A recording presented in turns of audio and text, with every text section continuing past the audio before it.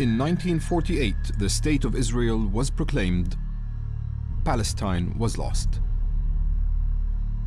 16 years later, in 1964, the Palestine Liberation Organization, or the PLO, was founded. Made up of different factions, the PLO has been at the heart of the struggle to regain Palestine ever since.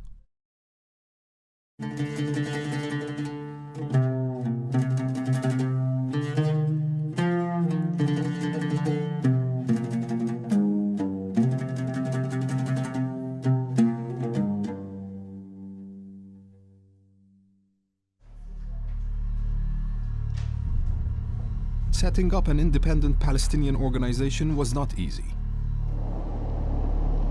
The first challenge the Palestinians faced was to wrest control of their own destiny from the Arab regimes.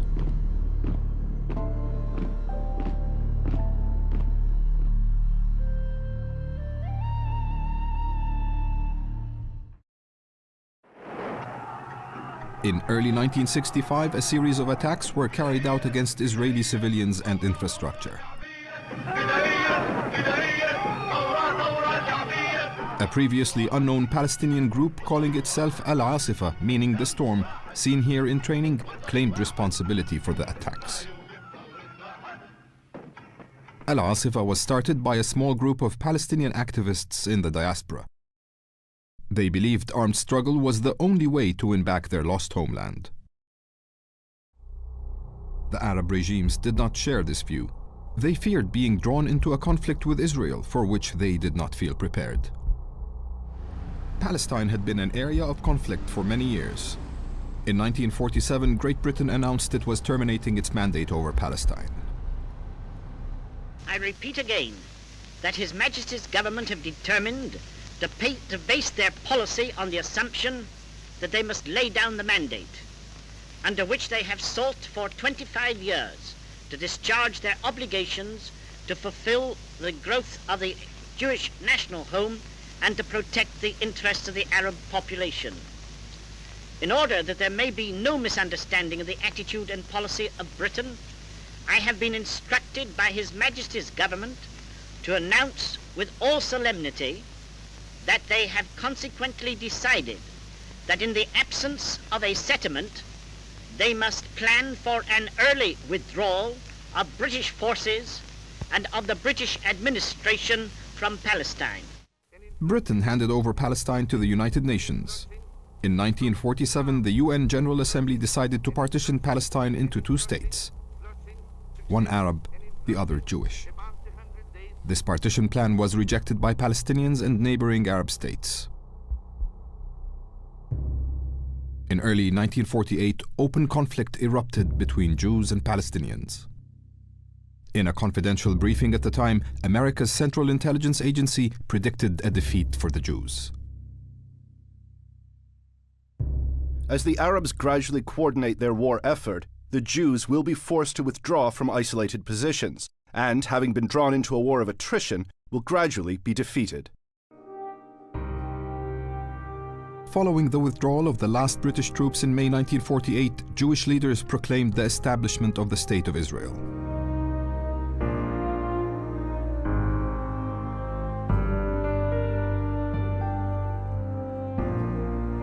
On the very next day, 5 Arab armies from Jordan, Egypt, Lebanon, Syria, and Iraq immediately declared war. One young Palestinian activist who was living in Cairo at the time was keen to join the fight. أنا تركت تعليم كنت أدرس واجتمعنا إحنا الطلاب الفلسطينيين في الشبان المسلمين. I left school. We gathered at the Young Muslims Association and we decided that whoever wanted to fight would have to burn their books. I was among those who burned their books and went and joined the army of holy struggle. The Arab armies were defeated.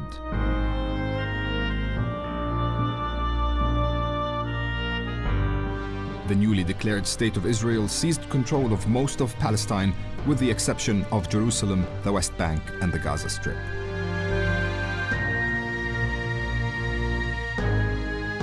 By 1949, close to 750,000 Palestinians had become refugees. In the late 1950s in Kuwait, amid the popular sentiment of Arab unity common in the region, a group of Palestinian exiles established a secret organization.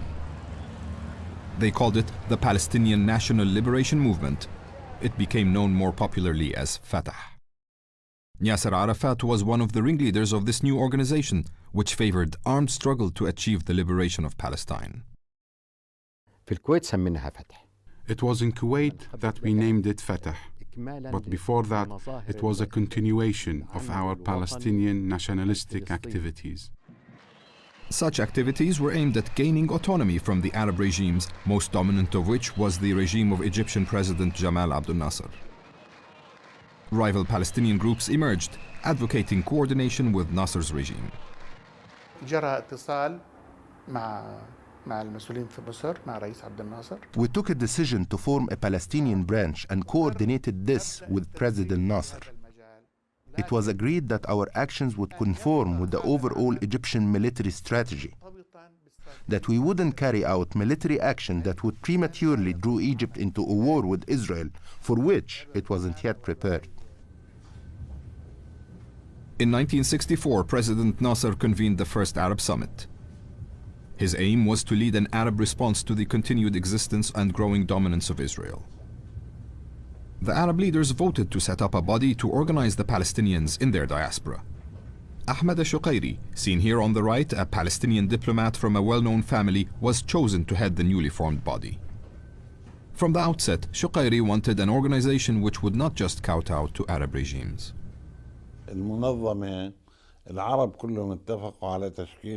The Arabs agreed to set up the PLO as a means of releasing the frustrations felt by the Palestinians. But in came Ahmed al-Shuqayri, who decided he was going to form a proper PLO. And he did. He must take the credit for setting up the PLO, its structure and national charter. He was a great man who should be recognized as such. 4 months later, in May of 1964, Shuqayri convened the first Palestinian parliament in Jerusalem. It was called the Palestine National Council. King Hussein of Jordan, the country which had administered the West Bank since 1950, attended the meeting. The parliament consisted of Palestinian elders as well as a younger generation who called for a more forceful approach to winning back their homeland. The parliament formally announced the establishment of the Palestine Liberation Organization and declared the State of Israel as illegal. To guarantee Jordanian acceptance of the meeting, Shuqayri allayed Jordanian fears by announcing that the PLO had no designs on the West Bank and was only interested in regaining territory from Israel. Shuqayri spent the next few years building support for the PLO. He set out to create a body that could truly be considered a voice for the stateless Palestinians. He traveled far and wide in his endeavors. Here, he is seen in China, where he was accorded a welcome usually reserved for visiting heads of state.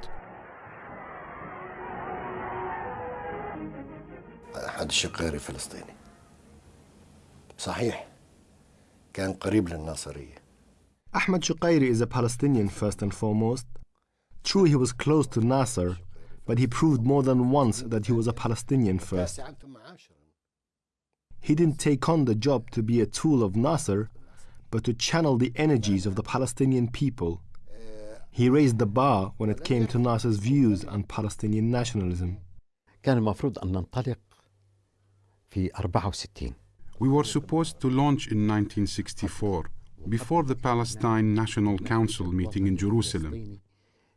I was there in Jerusalem, but didn't attend the meeting. I was preparing to launch military operations as a gift to the PNC, but we decided against it because we thought it might be perceived as an attempt to upstage the council meeting and its resolutions.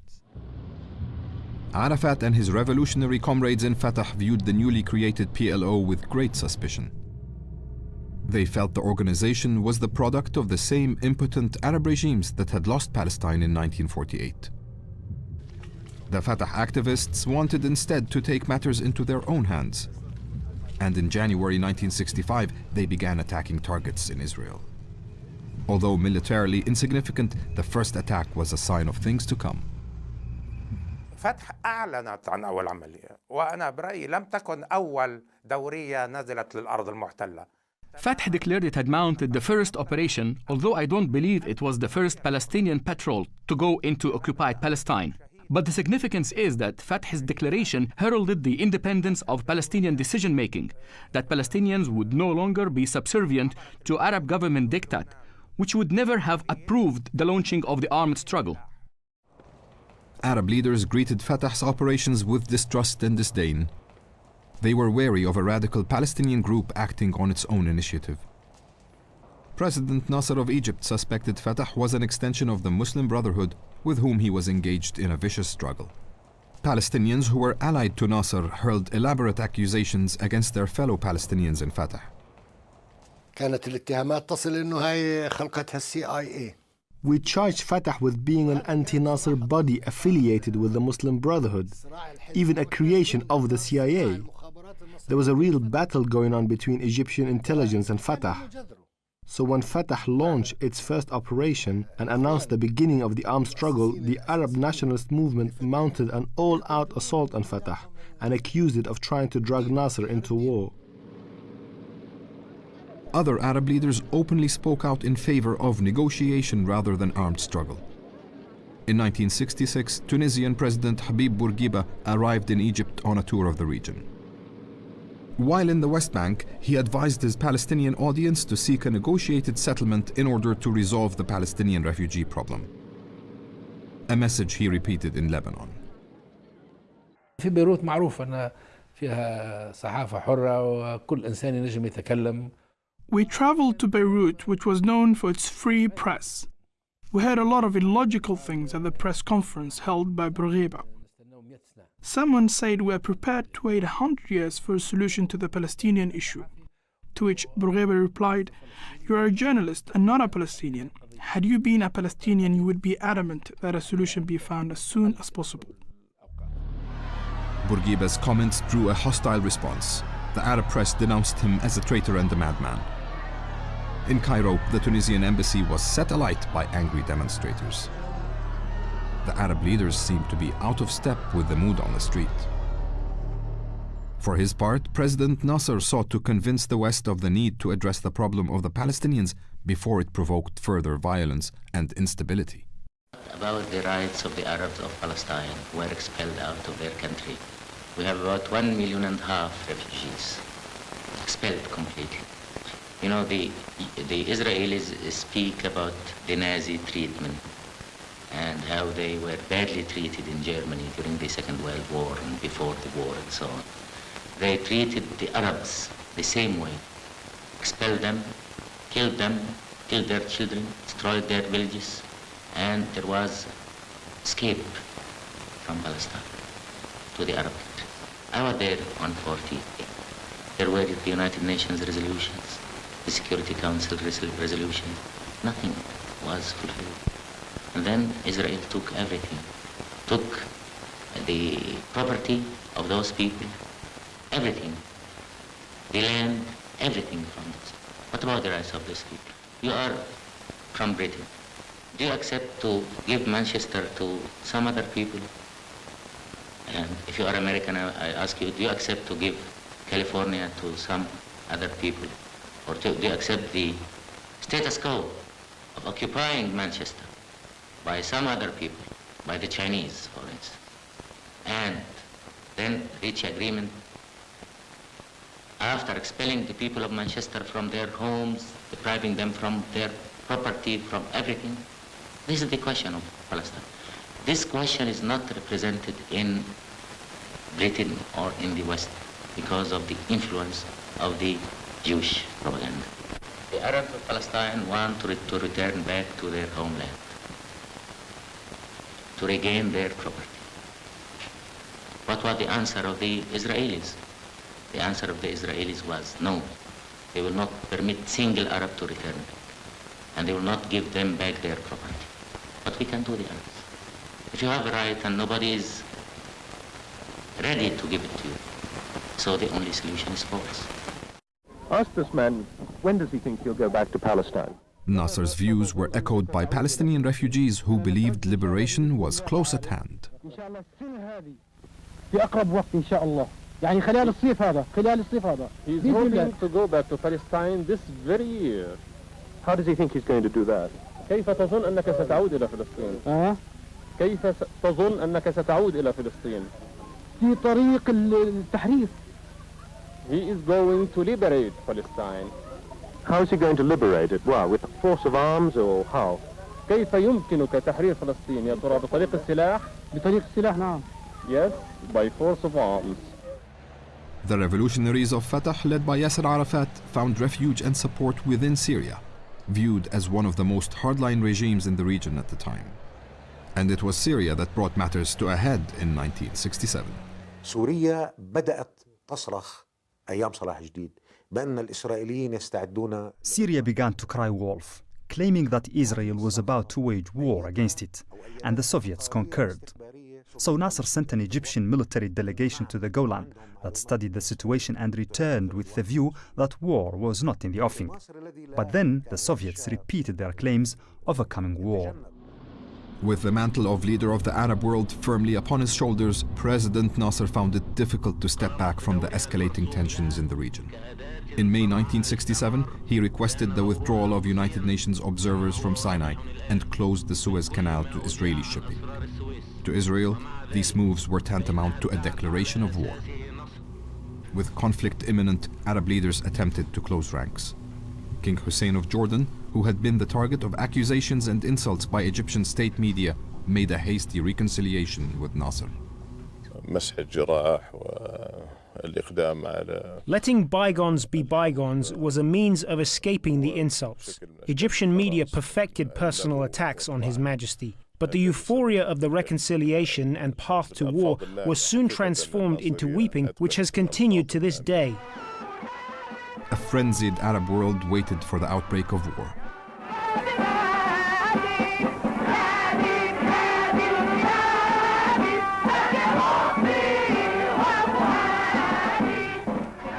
As in 1948, expectations of an Arab victory and the destruction of Israel were high.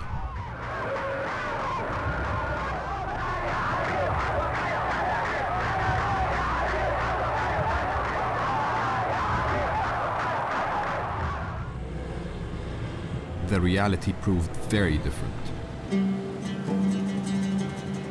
In June 1967, in a matter of hours, Israel decimated the Egyptian Air Force. Israeli ground troops seized the Sinai Peninsula, overran Syria's Golan Heights, and occupied East Jerusalem, the West Bank, and Gaza. The Arab world was shocked and stunned. The Arabs lost what remained of Palestine, and even more Palestinians were forced to flee their homeland.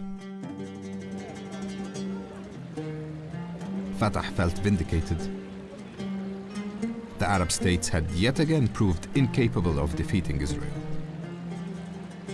With the Arab regimes in disarray, the path now lay open for the Palestinians to fight for themselves. كانت مؤثرة جدا، ولكن كانت حافز كبير إنه لابد من التعويض. The defeat in 1967 was very painful, but at the same time, it was a great incentive for us to work harder and achieve something. أنا من الناس اللي كنت أدخل من الحدود السورية اللبنانية للسورية. After the war, I used to make my way from the Lebanese border to Syria onto Jordan. I was never questioned. My car was full of weapons. The Arab armies were defeated, broken. We used to go to the Golan to gather weapons left by the retreating Syrians. There was a state of utter destruction, in which the Palestinians, whose cause it was, rose and took action. Arafat, traveling incognito, made his way into the occupied West Bank in an effort to organize resistance. But the Israelis were close on his heels. كان عندنا مش أقل من 500-600 فدائي بالضفة الغربية. We had at least 500 to 600 members in the West Bank. In about 15 days, Israeli Defense Minister Dayan managed to capture about 300 of them, and everything fell apart. I remember Arafat being in the West Bank at the time, traveling under assumed names and having to escape. In September 1967, Arab leaders met in Khartoum to define a clearer and more uncompromising stance to Israel. They issued what became known as the three no's. No peace with Israel, no negotiations with Israel, and no recognition of Israel. Chastened by the 1967 defeat, President Nasser made a political U-turn and embraced Fatah. ومنا من كان ناصريا وأصبح قال فيش هناك حزب ناصر قلت يا سيادة الرئيس أنا ناصر. A group of us in Fatah went to Egypt and we finally met with Nasser. I told him I was a Nasserist. I said we are a group of young men who believed in their God and country and were intent on liberating it. He said Egypt would from now on share everything with us. Egypt began providing training and support for Fatah's guerrillas on the condition that operations not be mounted from Egyptian territory. Jordan quickly became the springboard of attack. The government in Amman could only stand by and watch. In March 1968, Palestinian guerrillas attacked a bus, killing 2 Israelis. Defense Minister Moshe Dayan vowed to teach the Palestinians a lesson. The target was the Jordanian village of Karame in the Jordan Valley, which had become a Fatah stronghold. Some 15,000 Israeli troops were mobilized and took part in the attack. The Palestinian defenders put up a stiff resistance. Jordanian army and artillery support proved crucial, inflicting heavy casualties on the invading Israelis.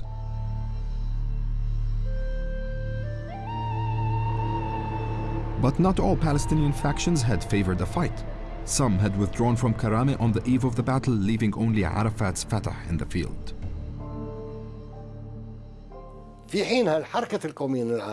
The Arab nationalist movement believed it was a mistake for a guerrilla force to face the enemy head-on, and therefore withdrew its fighters from Karame. But Arafat took into account the popular reaction to such a confrontation and the support the Fidayeen would gain in its aftermath. قلت لهم شيء. إحنا كأمة عربية. The Jordanian chief of staff and the commander of the Iraqi forces tried to convince me to withdraw from Karama. خلينا نصمد فيها. وخلينا نستشهد فيها. I told them after the defeat of 1967, we took an oath to fight to the very end, and even if it meant martyrdom. The Israeli army defeated the Palestinians at Karame. But a potent legend was born, that the Arabs would stand and fight, and that the Israelis were not invincible.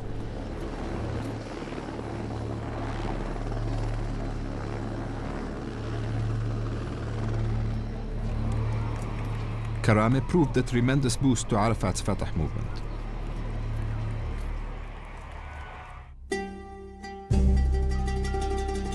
Thousands of volunteers flocked to Palestinian guerrilla camps, while Arabs across the Middle East donated funds and supplies to these fighters. 3 years after its launch, Fatah and the Palestinian armed struggle now emerged into the mainstream. By gaining autonomy from Arab states and fighting for themselves, the Palestinians now became masters of their own destiny. From now on, the way of the gun was the path forward. But those guns would soon face off with fellow Arabs.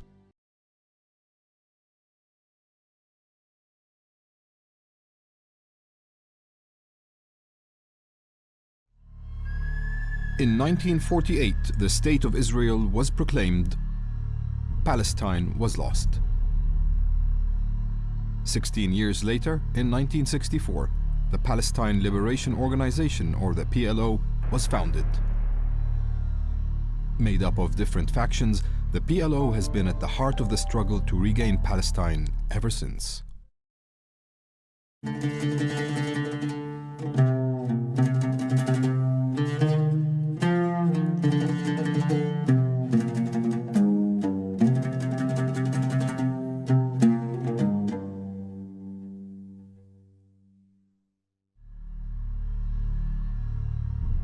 By the end of the 60s, the Palestinians had become masters of their own destiny. But a bloody showdown was on the horizon. Not with Israel, but with fellow Arabs.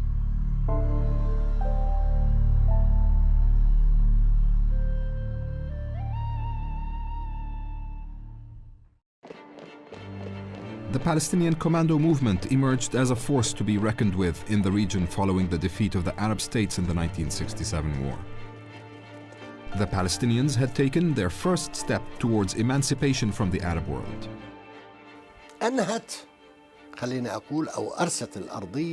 All of these factors dealt a knockout blow to the Arab custodianship of the Palestinians and their cause, and thus Palestinians became the masters of their destiny. The Palestinians took full advantage of the state of chaos suffered by the defeated Arab regimes. Palestinian guerrilla factions, the most prominent of which was Fatah, consolidated their grip on the refugee camps in the Arab world. Hundreds of fresh recruits enrolled to join these factions. The image of young fidaiyin, or freedom fighters, clad in the traditional Palestinian headscarf, became an icon of resistance. Egyptian President Jamal Abdel Nasser cast aside his initial misgivings and embraced Fatah. At the same time, he dissolved his traditional alliance with the Arab nationalist movement, a rival Palestinian faction to Fatah. Nasser broke off his relationship with the Arab nationalist movement and adopted Fatah. Not only did he adopt Fatah, but he also took Arafat with him on a trip to Moscow.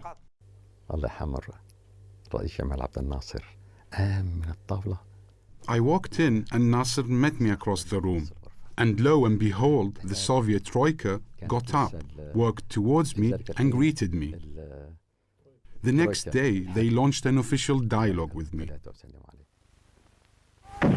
Other Arab regimes also vied for influence among the Palestinians as a way to gain leverage on the regional scene. Both Iraq and Syria encouraged the establishment of new Palestinian guerrilla factions allied to them. A declassified CIA document found that Fatah's independence had influenced Syria's decision to set up a Palestinian faction whose allegiance lay firmly with Damascus. The Syrian government, unable to subvert Fatah for use as a political weapon, recently organized a group known as the Vanguard of the People's Liberation War. But not all Arab states held the Palestinians in such high esteem. King Hussein was still reeling from the loss of the West Bank in 1967. Israel's occupation of the West Bank effectively meant the loss of half the country. Imagine a person suddenly having to walk on one leg.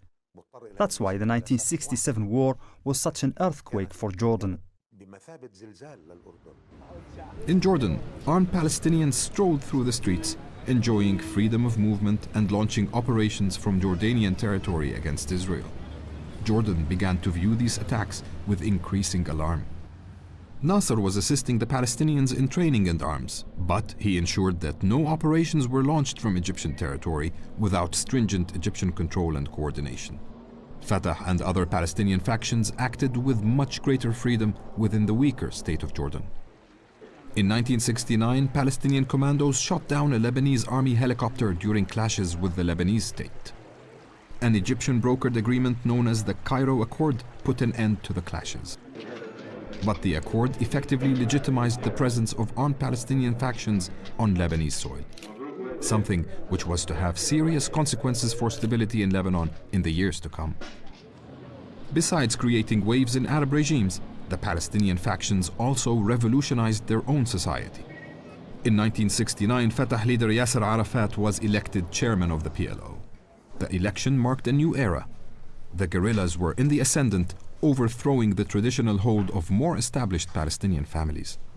Such was the impact of the PLO and the Fidaiyin that Arafat's image had made the cover of Time magazine.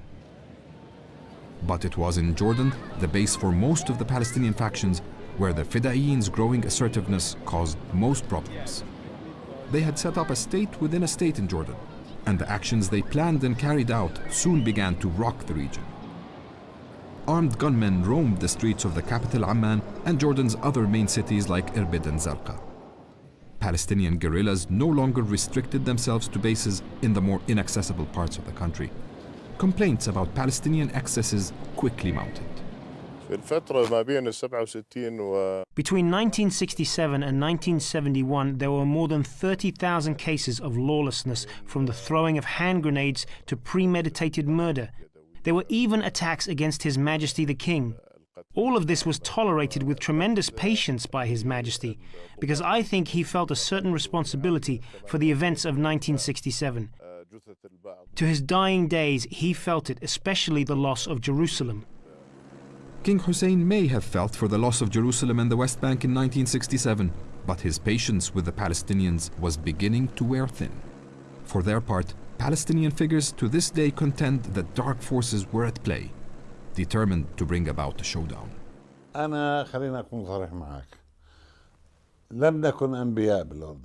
To be honest, we were not saints in Jordan. We made mistakes, but these mistakes were made out to be sins. Jordanian intelligence used to create their own Fidayeen organizations whose role was to wreak havoc in the country. We apprehended one such organization set up by military intelligence with some 70 members. We deported them to Syria and we later released them. The revolutionary zeal of the Palestinians knew no boundaries. Radical leftist ideology could be seen sprayed on mosque walls. Private property was considered up for grabs. This leftist zeal, I call it their late childhood, manifested itself in the celebration of Lenin's birthday and delivering Marxist speeches from pulpits of mosques. It was an excuse for theft. Expensive cars would be stolen, and the excuse was that they belonged to the bourgeois classes. It was leftist immaturity.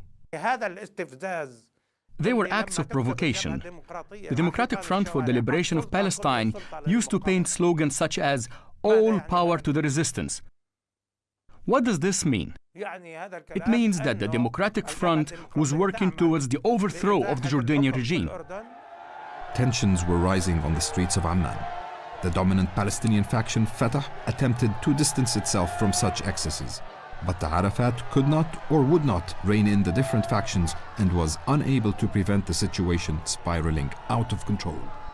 Groups such as the Popular Front and the Democratic Front were independent factions over which Arafat exerted little control. Things began to come to a head in July 1970 when Palestinian factions in Jordan staged massive rallies condemning President Nasser for accepting a peace plan submitted by US Secretary of State William Rogers. Palestinian demonstrators shouted insults at Nasser. The Egyptian leader was furious.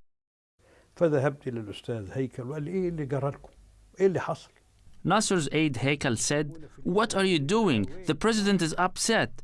You are swearing at us and using the radio station we provided you with in Egypt to do it." Then Nasser received us in Alexandria. He said he had been pacing up and down for 2 hours, trying to stop himself from saying anything that would hurt us. With tensions increasing in Jordan, it was a bad time for the Palestinians to fall out of favor with Nasser. To this day, some Palestinians feel the Egyptian leader gave a nod and a wink to King Hussein of Jordan to punish the Palestinians. That's true. He told King Hussein to twist our ear, but he didn't ask him to massacre us. And then Nasser went to Marsa Matruh, so he would not be in Cairo when things came to a head. But the Jordanians were still in two minds about what course of action to pursue against the armed Palestinians in their midst. Prime Minister Wasfi Attal recommended a more conciliatory approach.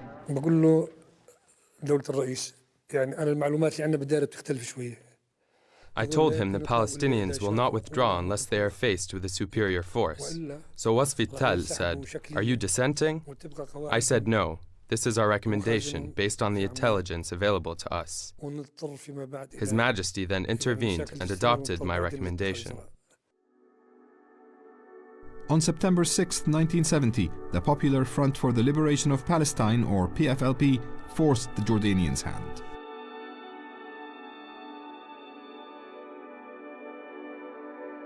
It hijacked airliners belonging to Swissair and TWA and forced them to land at a disused runway in the Jordanian desert known as Dawson's Field.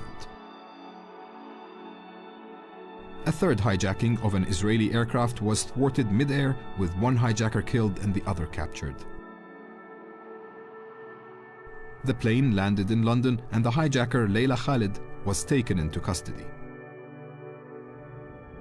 Then, a PFLP member in Bahrain hijacked a British airliner and forced it to fly to Dawson's Field to join the other two hijacked planes. This spectacular act of air piracy was masterminded by a senior PFLP leader called Wadi' Haddad. The PFLP was born from the remnants of the Arab nationalist movement and headed by George Habash. It adopted a revolutionary Marxist doctrine. Wadi' Haddad was one of its co-founders. He had become a mastermind of airline hijacking. Beginning in 1968, Haddad had put his theories of revolutionary violence into practice by hijacking several Israeli and Western aircraft. But the multiple hijacking in 1970 was his most important feat to date. It required meticulous, even scientific, planning. During the planning stages, Wadi' had sent engineers and surveyors to Dawson's Field. They had returned with the recommendation that the runway could handle modern jets. وديع حداد حسيته حتى لما كان يحكي بنبرة حادة جدا. Wadi' Haddad spoke in sharp tone. He was obviously the man in charge. He told our chief of staff to pull the Jordanian troops back. He added that if we didn't comply, he would immediately blow up the planes within seconds.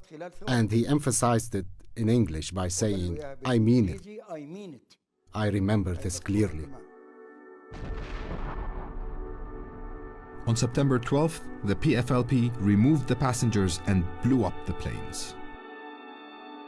With his hold on power rapidly disintegrating, King Hussein formed a military cabinet to finally deal with the anarchy in his country. The cabinet included intelligence officer Adnan Abu Audi. When the military cabinet was formed on September 16th, I became Minister of Information. Wasfi Tel told me I would be the principal negotiator with the Palestinians. He said we would scare them into coming to the negotiation table. He never said anything about driving them out of Jordan. Prime Minister Wasfi Tel's conciliatory approach did not win the day. The Jordanian army had other plans and deployed in full force onto the streets of Amman and Jordan's other cities. Vicious street battles soon erupted between army troops and Palestinian guerrillas. Fighting for their lives, the Fidayeen put up a stiff resistance in the face of a Jordanian army bent on exacting revenge for all the humiliations it had endured at the hands of the guerrillas. Casualties mounted, with the Palestinians estimating that around 4,000 people were killed, most of them civilians. Civilians bear the brunt of urban warfare. We estimate that we lost around 950 fighters in Black September. And as for the civilians, Arafat exaggerates and says around 10,000 died. But the real figure is around 4,000 to 5,000 civilians killed. In the region, Arab anger mounted at what was perceived as an attempt at liquidating the Palestinian liberation movement. Promises of military assistance to the Palestinians from Iraqi forces stationed in Jordan failed to materialize. The Iraqi forces stationed in Jordan were not there to assist the Palestinians. Their duty was to aid the defense of Jordan against Israel. They didn't let the Palestinians down. While Iraq kept its forces out of the fighting, the rival Ba'athist government in Damascus sought to intervene. Syria mobilized its armed forces and sent them into Jordan to support the PLO fighters. However, Syrian Defense Minister Hafez al-Assad refused to provide air cover to the advancing Syrian armor. King Hussein contemplated the unsavory option of requesting Israeli air support in a bid to beat back the Syrian advance. First, the Israelis agreed to mobilize their forces to get the Syrians' attention. And that's all they did, actually. But they were ready to use their air force if requested. We managed to get the message back to them that the king doesn't want you to go in on the ground, and we don't want you to, but mobilization's fine. Don't do anything until we say to. That is, get ready to act if necessary, but don't do anything. And as you probably know, this was a dramatic moment. King Hussein used his own air force, and Hafez al-Assad stood down the Syrian air force. He knew that the Israelis might go into action if the Syrian air force acted. أنا لا أدري إذا كان هو فقط العامل اللي كان مؤثر على موقف حافظ الأسد هو عامل له علاقة. I'm not sure what the determining factor was for Assad. Was it his relationship with the Jordanian regime? Was it internal power struggle within Syria? Or did it have anything to do with the threats he was getting from the Americans and the Israelis not to intervene? He was aware of all of this, and he may have used the circumstances to his advantage, because shortly afterwards he mounted a coup d'etat and came to power. Assad's position at this time would be a precursor to his future split with Γιάσερ Αραφάτ. The Palestinians were now on the run. An Arab League delegation headed by Sudanese President Jafar Nimeri and including Kuwait's defense minister Sheikh Saad Abdullah al-Sabah arrived in the Jordanian capital and managed to whisk a besieged Γιάσερ Arafat out to Cairo. هنا جاءت اللجنة العربية. The Arab delegation came to Amman. They dressed Arafat in Kuwaiti robes and smuggled him out. Sheikh Saad was a hero. On September 27, 1970, Nasser brokered a ceasefire agreement which was signed by Arafat and King Hussein. The following day, Nasser died, leaving the Palestinians without their benefactor.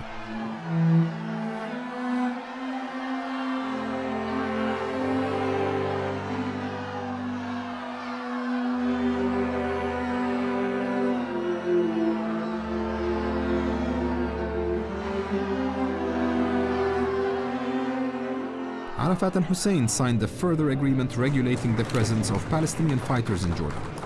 But some Palestinians refused to accept the deal. The agreement collapsed, and in July 1971, King Hussein continued his attack.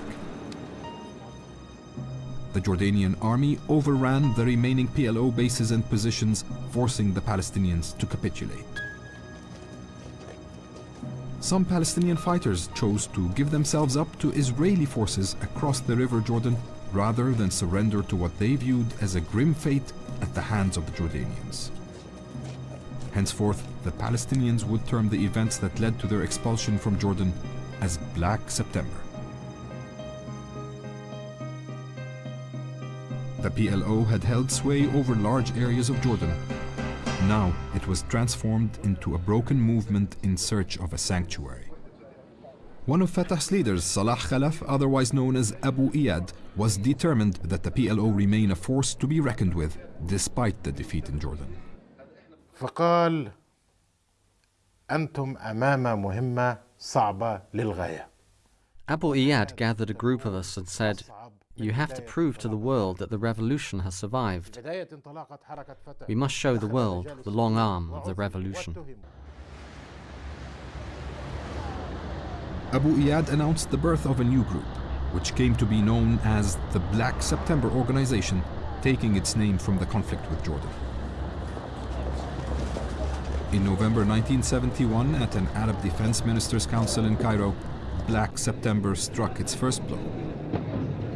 The target was this man, Jordanian Prime Minister Wasfi al-Tal, whom Palestinians accused of responsibility for their expulsion from Jordan.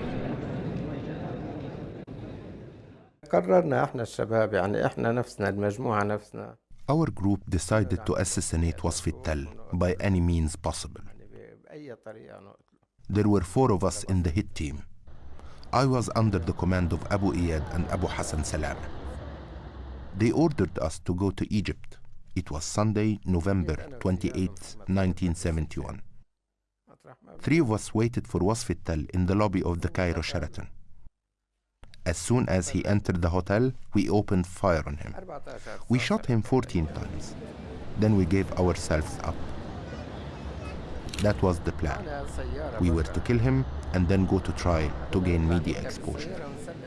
The role that Γιάσερ Arafat played in forming Black September and planning its operations has always been open to conjecture. Today, Al Jazeera can finally reveal the truth.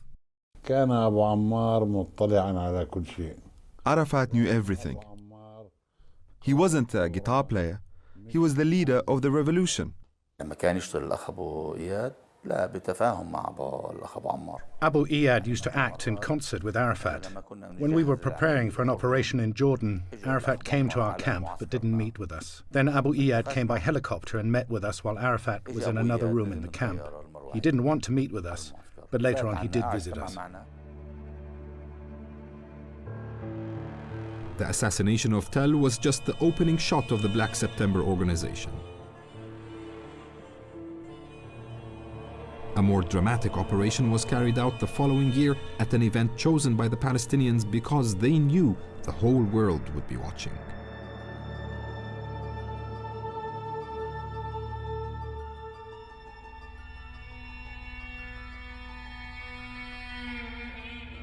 At the 1972 Munich Olympics, Black September operatives infiltrated the Olympic Village, killing 2 Israeli athletes and seizing another 11 as hostages.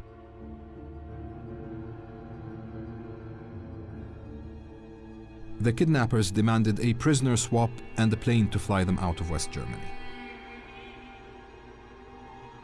Holding the hostages at gunpoint, the kidnappers were transported by bus to an airbase and then flown by helicopter to an airfield, where 2 of them were shot dead by German snipers when they went to inspect the aircraft.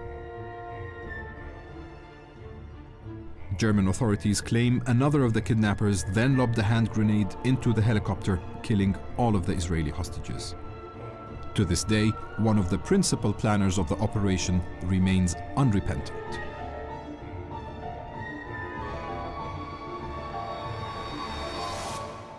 كلهم ضباط جيش، احنا قتلنا ضباط جيش بملابس رياضية.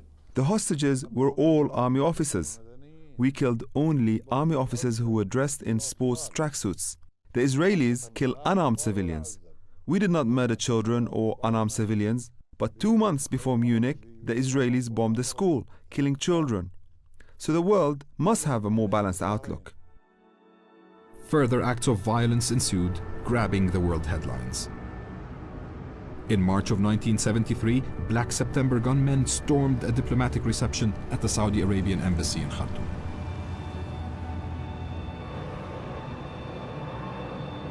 A siege ensued, which ended when the gunmen executed the American ambassador to Sudan, his deputy, and the Belgian chargé d'affaires. A declassified US State Department cable stated the operation was carried out with the full knowledge and authority of Γιάσερ Αραφάτ. The report also stated, one of the primary goals of the operation was to strike at the United States because of its efforts to achieve a Middle East peace settlement, which many Arabs believe would be inimical to Palestinian interests. By the end of 1973, the PLO leaders had decided that the Black September organization had outlived its usefulness. In the aftermath of the October 1973 war, a new political climate had emerged. Γιάσερ Αραφάτ now recognized that there was a limit to what military action could achieve, and that the Palestinians must present an acceptable political program to the world if their liberation movement was to achieve its goals. Defeat in Jordan and a series of headline-grabbing acts of violence had ensured the survival of the Palestinian revolution, but damaged it in the eyes of the world. Arafat decided that from now on, the gun would only support, but not supplant, his political agenda. But this view was not shared by other Palestinian factions, nor did it prove realistic, as the PLO was soon drawn into a civil war in a neighboring Arab country.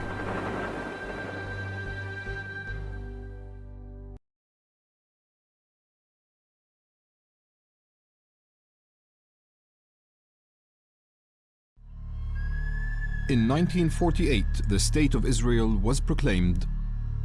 Palestine was lost.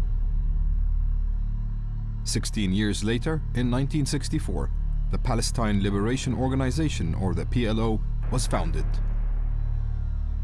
Made up of different factions, the PLO has been at the heart of the struggle to regain Palestine ever since.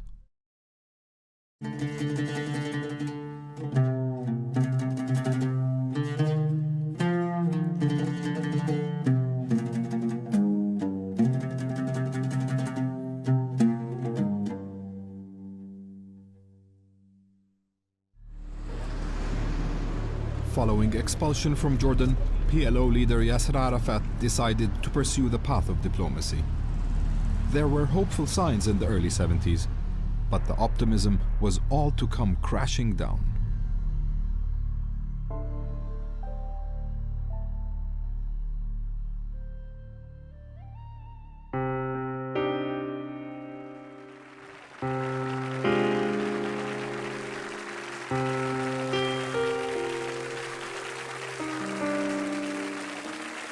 لقد جئتكم يا سيادة الرئيس بغصن الزيتون في يدي وببندقية الثائر في يدي فلا تسقط الغصن الأخضر من يدي لا تسقط الغصن الأخضر من يدي لا تسقط الغصن الأخضر من يدي لا تسقط الغصن الأخضر من يدي. In November 1974, Γιάσερ Αραφάτ received a standing ovation at the General Assembly of the United Nations. He had spoken of a peaceful solution to Palestinian demands for a homeland. For the guerrilla leader, standing among statesmen, it was a crowning achievement. Arafat's journey to the UN had begun several years earlier. Following their expulsion from Jordan, some Palestinian factions concluded their fiery rhetoric and revolutionary zeal had harmed rather than helped their cause. Are you saying at the same time that there will be an increase in terrorism outside? No, I am saying there will be an increase in revolutionary struggle inside Palestine. And I refuse the word terrorism because we are not terrorists. Our people in Palestine, if you are following them, they are doing demonstrations every day in Nablus, in Ramallah. They are refusing the Israeli conquer. Why do you call this terrorism? But if at the same time you hijack international aircraft and hold as hostages innocent women and children, how do you expect the rest of the world to sympathize and respect the Palestinian cause? First of all, the PFLP has declared lately that we stop this type of actions. This is number one. And number two, during all these actions which were done previously, we did not do harm to anybody. However, PFLP operative Wadi Haddad did not agree with Habash. Haddad dissented and was expelled from the group. But this did not prevent him from organizing further operations. In 1975, he sent a group headed by the Venezuelan revolutionary Carlos to Vienna to storm a meeting of OPEC and take several oil ministers hostage. But Haddad was angry that Carlos had not followed the meticulous plans he had drawn up. الشيء اللي يمكن وديع لم يكتشفه في كارلوس هو هاي الذاتية اللي كان فيها في داخله. What Wadia may not have realized about Carlos is his narcissism, which manifested itself in the OPEC operation. Carlos acted against Wadia's orders, and when they met afterwards, Wadia slapped him. I think when Carlos negotiated and released the oil ministers, it gave the impression that he could be bribed, which was a main reason for the failure of the operation. From that moment, Wadia broke his connection with Carlos. A year later, a group of Haddad's followers hijacked an Air France airliner to Entebbe, Uganda. The Israelis mounted a spectacular rescue operation, killing all the hijackers and freeing the hostages. Despite these acts of violence, the political track was moving. Following the 1970 expulsion from Jordan, the Democratic Front for the Liberation of Palestine, the DFLP, believed a more realistic political program was required. In 1972, it had floated the idea of accepting a two-state solution. By the summer of 1974, the PLO had unanimously adopted the DFLP's 10-point plan. For the first time, the Palestinians spoke about establishing an independent national authority. The word Israel was never explicitly mentioned in the plan, but after years of armed struggle, the Palestinians were now implicitly recognizing the State of Israel. لأن البرنامج عرضته القيادة العامة وسمي برنامج المستسلمين. It was opposed by the pro-Syrian PFLP General Command and called the defeatist's agenda. But Arafat and Abu Iyad were smart. They used the DFLP as a bulldozer or minesweeper to clear the way for it. ونشب النقاش ممتدا ما يقارب العام الكامل. It took almost a year of discussions, and on the eve of the PNC session in June of 1974, we came to a consensus with Fatah, the PFLP and the pro-Syrian Sa'iqa, and the 10-point program was adopted. Just weeks prior to his speech at the UN, Arafat received the mandate he'd long been seeking from Arab leaders. The Arab League summit in Rabat stripped Jordan of its traditional role in Palestinian affairs and named the PLO as the sole legitimate representative of the Palestinian people. For the Palestinians, it was a dream come true. Their decision-making would no longer be bound by the yoke of Arab diktat, although Arab states would continue to try and exert influence on Palestinian matters. The Jordanians felt the Rabat summit decision pointed the finger of blame at them. I wonder what would have happened if His Majesty had expressed his displeasure by withdrawing from the Rabat summit while leaving his Prime Minister there. Jordan was being harassed. Jordan was made out to be the root of the problem, not Israel. Soon after Arafat's triumph at the UN in November 1974, consensus among the different Palestinian factions over the two-state solution proposal began to falter. After its expulsion from Jordan, the PLO had moved its headquarters to the Lebanese capital, Beirut. In April 1975, civil war broke out in Lebanon. Lebanese politics divided into two camps, a Christian-led right and a Muslim-dominated left led by the socialist Druze politician Kamal Jumblat. For years, Lebanon's Muslims had clamored for a fairer distribution of political power. The Palestinians felt a natural affinity for their cause. Desperate not to repeat the mistakes committed in Jordan, the PLO leader sought to keep his forces out of the Lebanese conflict. I know that Arafat tried to keep the Palestinians out of the war at the beginning, but that was never going to be possible. Impossible. Especially with the common nationalisms, you know, the Kamal Jumblat version of nationalism and the Palestinian version of nationalism. But by 1976, the Palestinians no longer felt able to stay on the sidelines in Lebanon. Palestinian fighters linked up with the leftist forces and gradually advanced into the Christian heartland. Syria found the idea of a PLO-backed regime in Lebanon a recipe for disaster. It feared such a regime would provoke Israel into military action that would drag Syria into war. For their part, Israel and the United States also took a dim view of the rise of the Lebanese left and its Palestinian allies. In one of the more bizarre alignments of interests in Lebanon, Syria decided to throw its weight behind the Christians. With a green light from Washington and tacit Israeli consent, Syria sent its army into Lebanon in June of 1976 to stem the Palestinian leftist advance.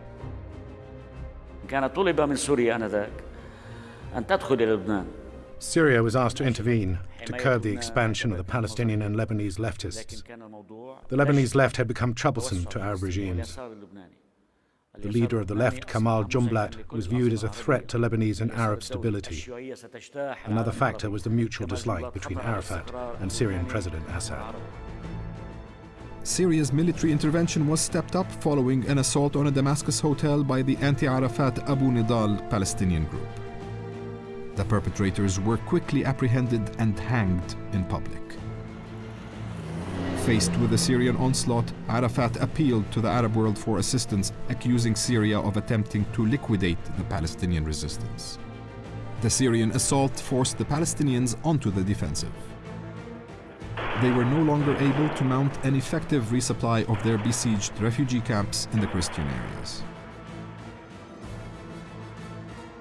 The camps, principal among which was Tel Zatar, were overrun and their residents expelled or massacred. Two Arab summits were quickly convened. They established what became known as the Arab Deterrent Forces, made up principally of the same Syrian forces that had entered Lebanon, with only token representation from several other Arab states. Syria had prevailed. President Assad's view was that Syria, in its bid to achieve strategic parity with Israel, had to be supported by two strong wings, a Lebanese wing and a Palestinian wing. That is, if Syria was to have influence on the political scene, it had to become the sole legitimate representative of Syria, Lebanon, and the Palestinians. While Lebanon was in the throes of conflict, on another front, there were moves towards peace. In 1977, Egyptian President Anwar Sadat, a long-standing ally of Arafat, made a groundbreaking visit to Israel to sue for peace in exchange for land. Arafat was stunned. But Arafat had been making his own peace moves. His representative in London, Said Hamami, had been promoting the Palestinian vision of a two-state solution at Arafat's behest. أبو عمار والقيادة الفلسطينية كانت مقتنعة. Arafat and the Palestinian leadership were convinced that the most important thing was achieving Palestinian aspirations, not the method employed to achieve them. And if the method to achieve them was a civilized and peaceful one, then that would be better than a violent one.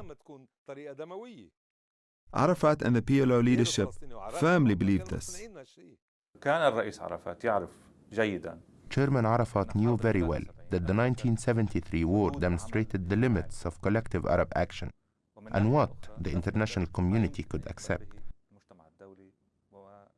Therefore, the leadership of Fatah was convinced that the Palestinians could never achieve anything more than a state based on the lands occupied in 1967.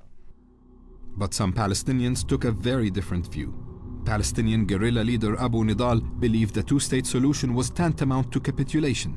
He split from the PLO and formed his own group, calling it Fatah, the Revolutionary Council, and based it in Baghdad. The Iraqi regime, once again hostile to Arafat's leadership of the PLO, provided backing to Abu Nidal's splinter group. In January of 1978, gunmen loyal to Abu Nidal assassinated Saeed Hamami at the PLO office in London. It was to be the first of many killings of fellow Palestinians that Abu Nidal would carry out.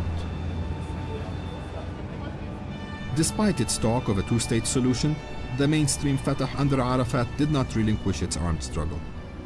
In March 1978, a Fatah unit led by a female commando, Dalal al-Mughrabi, commandeered an Israeli bus near the city of Haifa. In the ensuing firefight, 36 Israelis were killed. Israel responded by invading southern Lebanon and setting up what it termed as a security zone to drive PLO forces out of rocket range. Almost a year later, Israel struck a massive blow against the PLO by assassinating Abu Hassan Salameh. Salameh was in charge of Arafat's personal security. Over the years, he had been developing contacts with the CIA and was seen as a point man for interaction with the Americans. We had, through the CIA, some kind of a liaison relationship with Ali Hassan Salameh, and that had to do ostensibly with security issues. And it worked. The embassy was never attacked in those days. Now, people still argue whether that relationship led to Ali Hassan Salameh becoming an agent of the CIA or not. I personally think that he did, but I can't prove it. I was in government during that period, and we were in fact receiving remarkably sensitive intelligence from inside the PLO at the highest levels. And if it wasn't Ali Hassan Salameh, it was somebody very much like him. Arafat could do little to parry such blows being delivered by Israel. But it was a different matter when Abu Nidal resumed his assassination of Fatah representatives abroad. In June 1978, from his base in Baghdad, Abu Nidal ordered the killing of Fatah's bureau chief in Kuwait. Fatah explicitly accused Iraqi intelligence of complicity in the assassination. 2 months later, the Abu Nidal group killed Fatah's Paris representative. Fatah retaliated by attacking the Iraqi embassy in Paris and targeting Iraqi diplomats in London, Paris, and Karachi. Abu Nidal struck yet again on June 1, 1981, killing the PLO Brussels representative. But Abu Nidal's most significant operation was to come a year later. On June 3, 1982, an Abu Nidal gunman opened fire on Israel's ambassador to London, critically wounding him. Israel responded by launching a military operation more massive than its 1973 war effort against the combined forces of Egypt and Syria. The 1982 Israeli invasion of Lebanon had been an open secret for some time. The Lebanon-Israel border had been a constant point of tension as Palestinians and Israelis traded rocket and artillery fire. Arafat had realized that it was only a matter of time before Israel launched an all-out attack. الوحيد اللي بدأ يعمل حساب لهذا الاحتمال هو ياسر عرفات. Arafat was the only one who believed an Israeli invasion which would reach Beirut was inevitable. He convened the PLO's military council and formed a committee headed by the PLO's chief of staff Saad Sail to plan the defense of Beirut. Many Palestinians expected a repeat of the 1978 invasion, an assault with limited objectives. ساد مناخ يعتقد فعلا بأن العملية الإسرائيلية لن تكون شاملة. The belief was that the Israeli operation would not extend beyond 40 kilometers from the international border. This affected Palestinian preparations for the invasion, as well as Syrian and Lebanese preparations. Therefore, resistance to the invasion in southern Lebanon was ineffective. On June 6, 1982, after 2 days of airstrikes, Israel launched its land invasion of Lebanon. With the exception of stiff resistance put up by the defenders of the Palestinian refugee camps in southern Lebanon, Palestinian forces in general quickly collapsed. Commanders abandoned their fighters in the field and fled for safety. Arafat was livid. Arafat was incredulous. He kept on saying impossible. He couldn't believe the Israelis were advancing so far, so quickly. He ordered stiff resistance. Later on, I learned that he was very angry that there was no real resistance. The operational headquarters in the south seriously miscalculated. The commanders believed that all was lost and left. I went to Arafat's headquarters in Beirut and told him what happened. He became agitated and started swearing. Syrian forces in Lebanon were drawn into the fighting. An epic 3-day air battle left the Syrian Air Force virtually decimated. Unable to sustain such losses, Syria agreed a ceasefire with Israel within the first week of the invasion. The Palestinians were now left on their own. Arafat did not just accept that the Syrians had been defeated, he made it seem like the Syrians didn't fight at all. But the Syrians did fight in the Bekaa Valley and the mountains around Beirut and lost lots of men and equipment, but they fought to defend themselves and not the Palestinians. The Syrian army had no orders to check the Israeli advance if the Israelis had left the Syrians alone. By now, the Israelis had arrived at the gates of the Lebanese capital. But the closer they drew to Beirut, the tougher the fighting became. They fought, and they fought very bravely against the Israelis, very bravely. The siege of Beirut had begun. The PLO was encircled. Some Palestinian leaders advised the PLO should surrender, but Arafat had other ideas. في أحد الاجتماعات أحمد جبريل طرح الموافقة.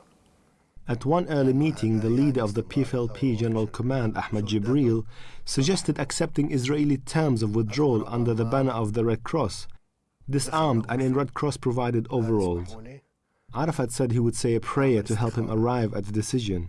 So he went away and returned and said, "I sense the winds of heaven blowing. God has ordered me to fight." The winds of heaven, as Arafat described them, meant holding out for better conditions. In a bid to raise morale, Arafat and his officials toured the streets of the besieged Lebanese capital. Massive Israeli bombardment caused civilian casualties, but also strengthened the Palestinians' resolve.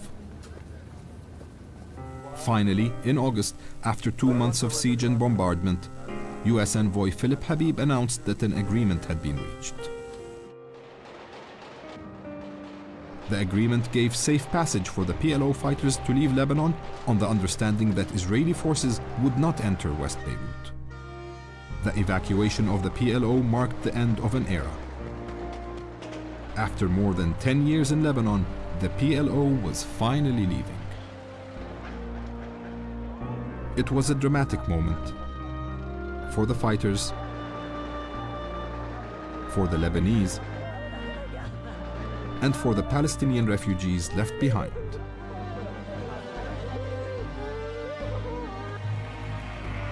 Most PLO leaders left to Damascus. But Arafat, signaling his displeasure with Syria, chose to go to Greece.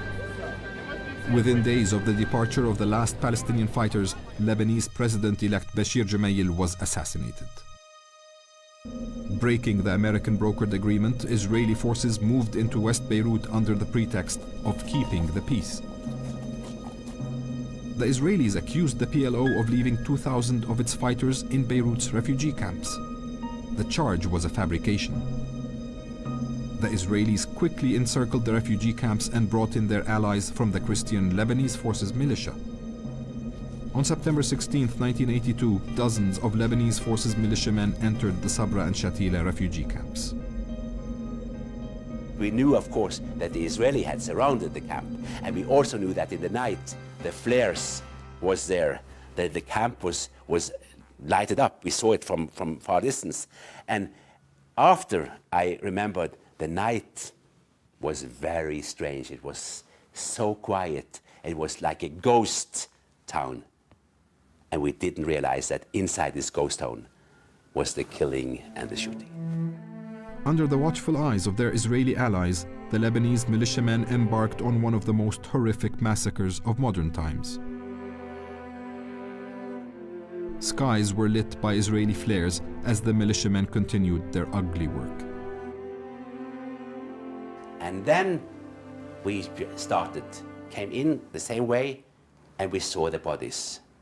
And I went around with my tape recorder. I had no crew, I had no television crew in the beginning, to count bodies, throwing up, counting bodies. De åpenbart blitt mishandlet. Et 20-talls menn fra 14. And the more bodies we found out was there, in alleys, women killed, children killed, and we also saw they had used bulldozers to take the rubble over the dead bodies. We couldn't believe our eyes. By the time it was finished, the Sabra and Shatila massacre had claimed the lives of some 800 Palestinian and Lebanese civilians. The Israelis set up a tribunal to investigate the massacre.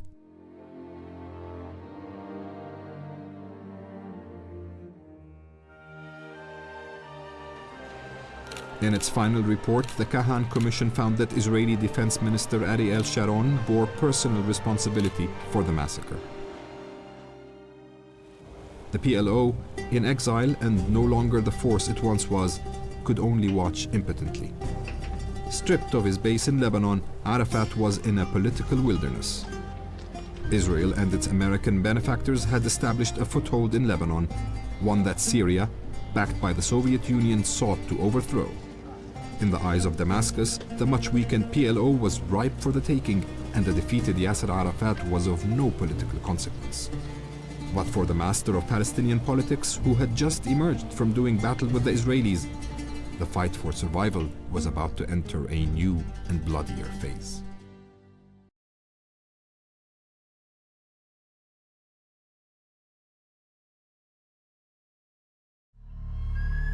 In 1948, the State of Israel was proclaimed. Palestine was lost. 16 years later, in 1964, the Palestine Liberation Organization, or the PLO, was founded. Made up of different factions, the PLO has been at the heart of the struggle to regain Palestine ever since.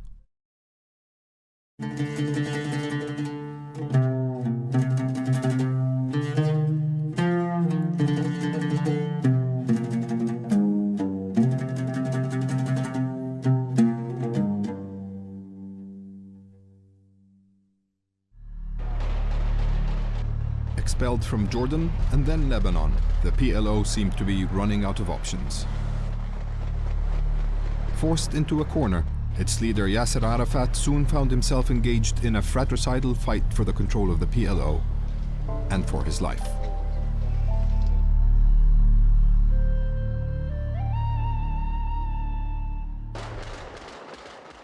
With the withdrawal of the bulk of its forces from Beirut, the PLO was in limbo once again. Few Arab countries wanted to welcome thousands of Palestinian fighters. For the first time, the PLO's existence in exile would be without the military force that had characterized its stays in Jordan and Lebanon. The price of defeat in Beirut soon appeared before Arafat. The weakened PLO leader found himself under attack from Palestinian leaders within the PLO and even from within his own Fatah faction. The critics said Arafat's style of leadership was too autocratic. and they accused him of abandoning the revolution by evacuating Beirut and seeking a negotiated settlement. ياسر عرفات يريد أن يخرج من دائرة الصراع. Yiasir Arafat wants to abandon the struggle. We want to continue it. He came to Damascus and attempted a coup in Fatah to kill the revolution, which we want to preserve. Arafat has sold out the cause. He is no longer interested in the revolution. Syria, which had always wished to make the PLO subservient to its will, sought to exploit Arafat's vulnerability. Every defeat has a price, and the part of the price was the split. At the time, Syria tried to settle the score with the PLO leadership. What transpired was a Syrian attempt to dominate Palestinian decision-making through direct Syrian intervention or through Syria's Palestinian tools. That was met with a resolute defense of independence of Palestinian decision-making. The Syrian intervention found a fertile breeding ground of differences and power struggles within Fatah. أبو عمار يعني يتحمل مسؤولية أساسية في شق منظمة التحرير الفلسطيني في حين. Arafat bears a direct responsibility for the split in the PLO. There were two choices then. Arafat made the choice that the resistance was futile. Palestinian opponents to Arafat formed breakaway groups. Splitting from Arafat's main Fatah faction, one group called itself Fatah Intifada. Syria and Libya were only too willing to support the rebels. The tensions within the PLO were rising. The battle lines of a fratricidal struggle were beginning to appear.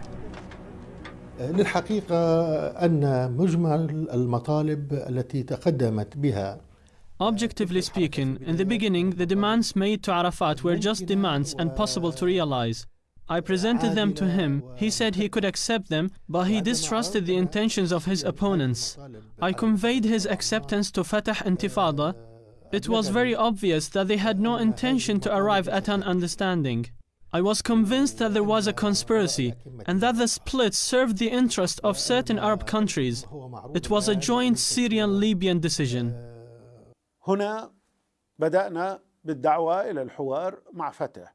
We called for a dialogue to resolve the differences between both wings of Fatah. That was rejected by Arafat's opponents in Fatah Intifada. They thought they could take complete control of Fatah. On the other hand, Arafat's Fatah was initially receptive to our proposals.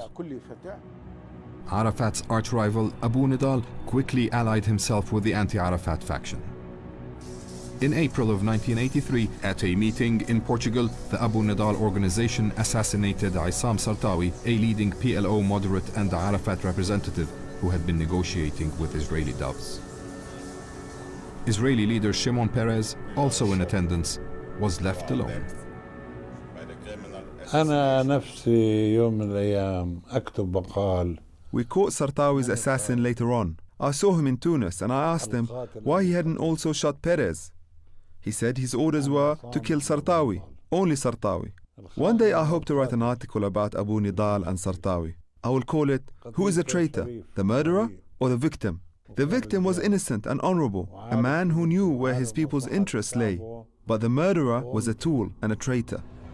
Abu Nidal discredited the Palestinian cause in the eyes of the world when in 1985, two of his European cells attacked Rome and Vienna airports, killing 18 and wounding 140 people. A CIA document at the time claimed that Abu Nidal had not attacked a single Israeli target that year.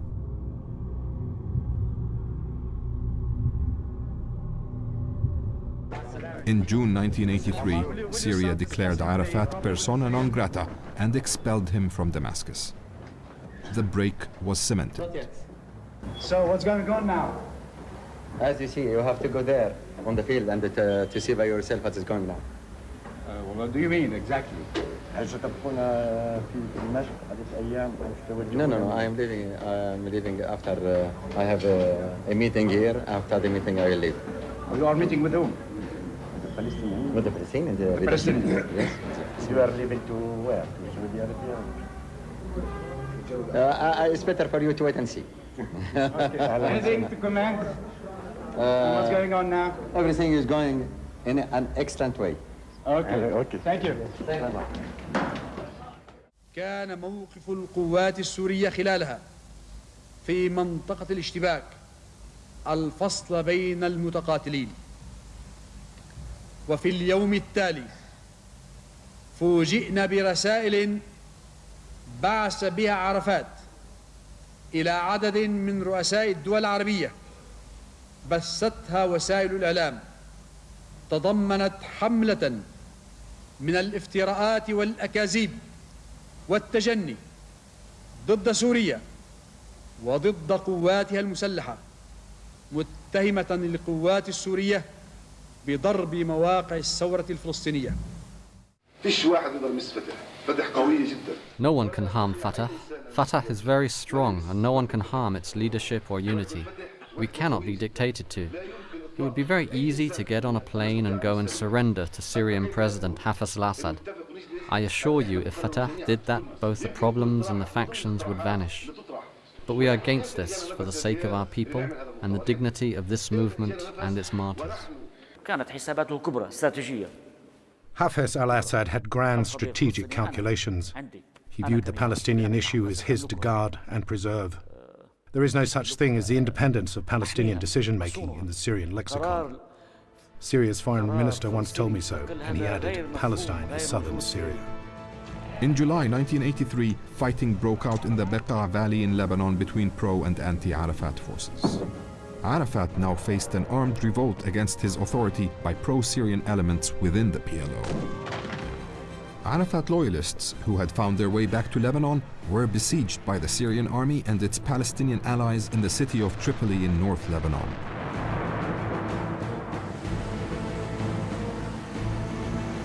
In a daring air and sea journey from his new headquarters in Tunisia, Arafat managed to slip into Tripoli in disguise to join his fighters.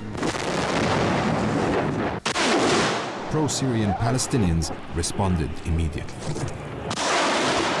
فمن موقع المسؤولية التاريخية وباعتبار أن جيش التحرير الفلسطيني هو جيش منظمة التحرير الفلسطينية وذراعها القوية وأداتها الثورية، فإننا نعلن إسقاط شرعية ياسر عرفات كرئيس لمنظمة التحرير الفلسطينية، وأنه لا يمثل في أقواله وأفعاله سوى نفسه والشعب الفلسطيني منه براء. The defense of Tripoli was led by Arafat's deputy Khalil al-Wazir, better known as Abu Jihad. It's the matter of the Syrian decision. He rejected the description of the ongoing battle as a purely Palestinian affair. You see, those are, which tank is it? It's the tank from the Syrian army, you see. You can look, you can follow it. It's the T-54, you see, T-54 coming from the Syrian army, you see, brought to them. And they are led also by Syrian commanders, you see. Arafat's opponents kept up the attacks, claiming they had the support among Palestinians in the occupied territories. We concede that Yasser Arafat used to be a symbol for our people, but the people are beginning to gradually see the truth and realize what is happening. This person, who was entrusted as a fighter for the independence of Palestinian decision-making, is now abusing his position. Such claims were not borne out by facts on the ground. Palestinians in the West Bank and Gaza rallied around Arafat, who expressed a philosophical view of the ongoing conflict. You have to understand what the meaning of war. War is a loud voice for policy. The loud voice of politics was taking a heavy toll on the residents of Tripoli. Faced with mounting pressure to end the conflict, Saudi Arabia's foreign minister traveled to Damascus and announced an agreement had been reached to end hostilities and evacuate Arafat's forces from Tripoli. We have reached an agreement here based on the two principles that all parties have agreed to. These principles were to prevent any destruction of the city of Tripoli and stop the fighting between the factions around Tripoli and call for the withdrawal of armed forces, Palestinian armed forces out of Tripoli. All these principles have been enunciated in this document. The United Nations made arrangements for Arafat and 4,000 of his fighters to depart the coastal Lebanese city on board 5 Greek ships.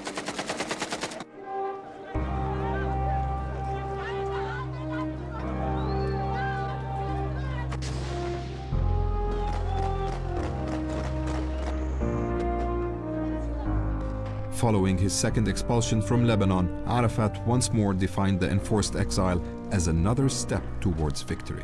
This is a part of this long march to our independent states, to our capital, Palestine, Jerusalem. Beyond the rhetoric, Arafat seemed a spent force. But the elusive Palestinian leader had another card up his sleeve. Short of friends, Arafat traveled to Cairo to meet Egyptian President Hosni Mubarak. It was a bold and dramatic act. Arafat became the first Arab leader to meet an Egyptian president since former President Anwar Sadat had signed a peace treaty with Israel in 1979. The Arab world was thunderstruck. He thought long and hard. Do not imagine that it was an easy decision for him. He knew that he would antagonize the Fatah leadership because he didn't consult them. And he knew that Syria would brand him a traitor.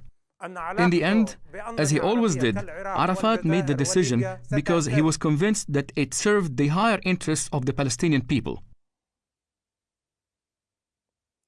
But he was fully aware of the risks it entailed, and that the people who loved and supported him would find it incomprehensible. Arafat's visit was a diplomatic coup for Mubarak, and in subsequent years, Egypt would increasingly become the PLO's main patron. Arafat's opponents within the PLO accused him of betraying the Palestinian cause. Syria castigated him as a traitor. Under attack, Arafat sought political refuge with his former adversary, King Hussein of Jordan. Since the PLO's expulsion from Jordan, relations between the two leaders had always been uneasy. But Arafat and King Hussein now came together in an uneasy alliance. The king allowed the Palestinian parliament in exile to convene in the Jordanian capital Amman in 1984. This proved a lifeline to Arafat. His ability to convene the Palestine National Council with the required quorum allowed him to maintain the legitimacy of his leadership of the PLO.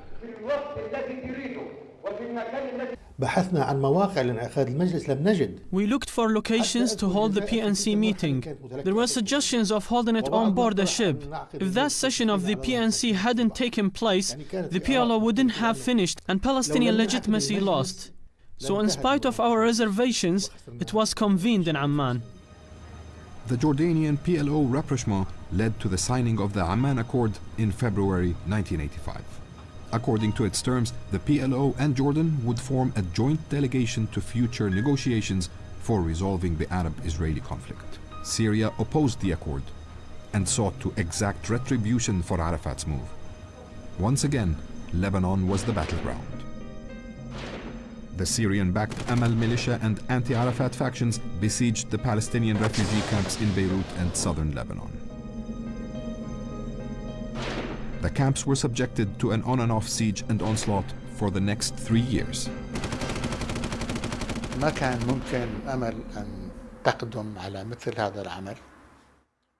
Amal could not have become involved had the Syrians not asked them. The request was made to several Lebanese parties that all declined to have the responsibility of shedding Palestinian blood on their hands. Amal accepted the task. The fighting and the harrowing experiences for the refugees would be termed the Camps War. There were war criminals there too. Palestinian women were being shot in the head as they went for water, deliberately. And those criminals are walking around us, among us today. I can remember the savagery. I can remember one day, with so many Amal were firing so many machine guns, weapons into the camp, that there was a rustling sound, like they'd go, bop, bop, bop, bop, and then you'd hear, and it took me several minutes to realize what it was.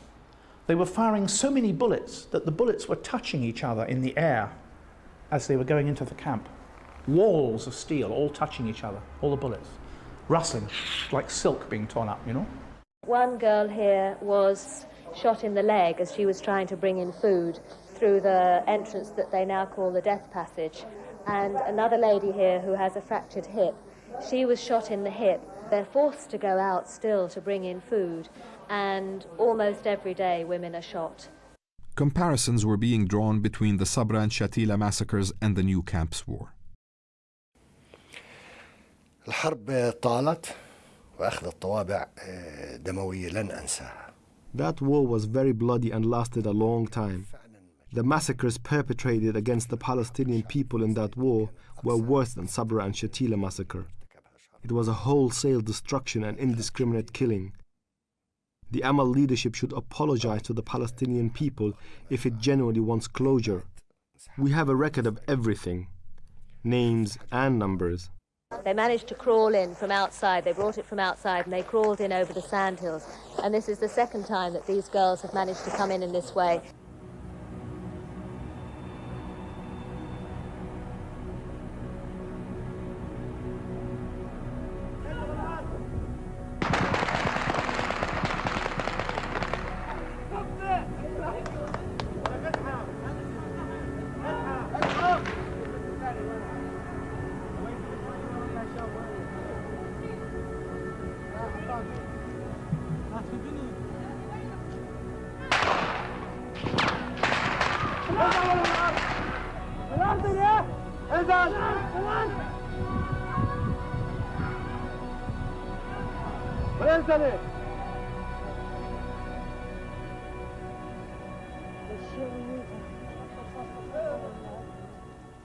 We feel that nobody is feeling what we are suffering here.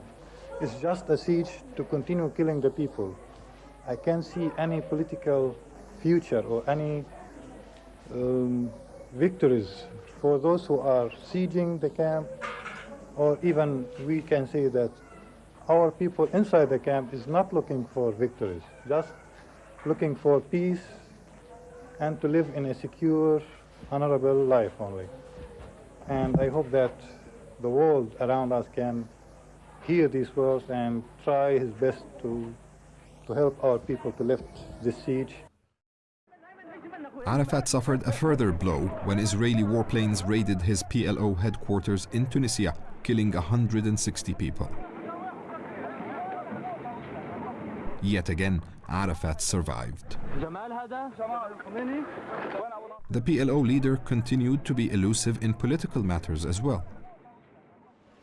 Jordan's repeated attempts to induce him to honor the terms of the Amman Accords proved futile. شخصية الرئيس عرفات شخصية زئبقية. Chairman Arafat was a mercurial personality. He never kept any agreement he made with an Arab country if he found a more lucrative offer elsewhere. With the Amman Accords, he replaced the term confederation with the term twinning, as in twins. But this term has no basis in international law. It was the beginning of the end of the Amman Accords. ما كانش عرفات عنده النية القوية في أن يأخذ ذلك الاتجاه. Arafat had no real intention to commit to the agreement. It was more of a maneuver than a real attempt at finding a solution. I went to him to sign a document pertaining to the Amman Accords. He asked for some time to confer with the PLO leadership, left and didn't return. So we had a joke about him going missing. توجه جاد للتعاون والمشاركة الأردنية الفلسطينية في الحل السياسي. Having had enough, Jordan announced the abrogation of the Amman Accords almost 1 year after they had been signed. The Jordanians severely curtailed the activities of the PLO and expelled Abu Jihad. I was satisfied to hear to this evening a statement that was made public by one of the members of the cabinet in Jordan, that they intend to close 25 out of the 32 PLO offices in Jordan, to put more restrictions on the activities of the PLO in Jordan. we are not in one cage, as some are thinking. If we are in Lebanon or in Jordan having some problems, or in Syria, that will not put an end for the PLO or for our Palestinian struggle. We are still alive everywhere as Palestinian people. We are still alive in our occupied territories, facing the Israeli occupation. Despite Jordanian frustration, many Palestinians believed Arafat had accomplished a masterly stroke. اتفاق عمان ثبت إنه ياسر عرفات. The Amman Accords was a brilliant tactical maneuver executed by Yasser Arafat. He used it to gain some breathing space. He established relations with Jordan, signed the agreement, and then abrogated it. I was expecting this escalation from the Jordanian government. As for Arafat himself, he feigned ignorance as to what had gone wrong. But it seemed that in spite of all our efforts to cool down, they are insisting to make these troubles, which will affect indirectly or directly the Jordanian-Palestinian relation. But Arafat paid the price of his political maneuvering. At an Arab summit in Amman in 1987, King Hussein refused to receive the Palestinian leader at the airport. As well as this diplomatic snub, the Palestinian issue was relegated to the periphery of the agenda. Arafat departed, claiming he was satisfied with the results of the summit, but he appeared to have reached the limits of his tactical capabilities. But, as before, the PLO leader found a lifeline. It was to come from an unexpected source.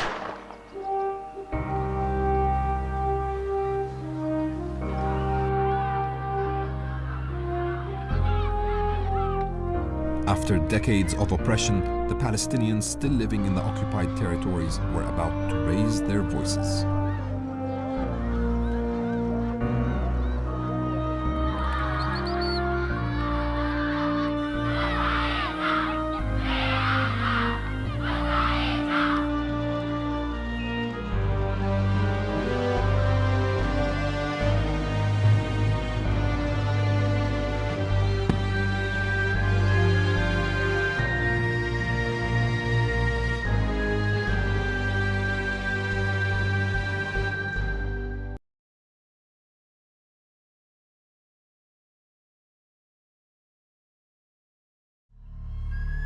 In 1948, the State of Israel was proclaimed. Palestine was lost. 16 years later, in 1964, the Palestine Liberation Organization, or the PLO, was founded. Made up of different factions, the PLO has been at the heart of the struggle to regain Palestine ever since.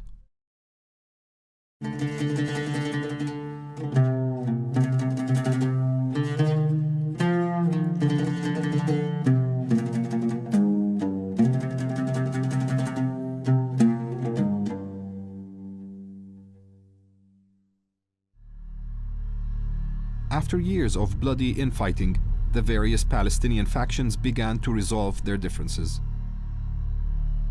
Tumultuous events in the region were to prove both a solace and a setback for the Palestinian cause.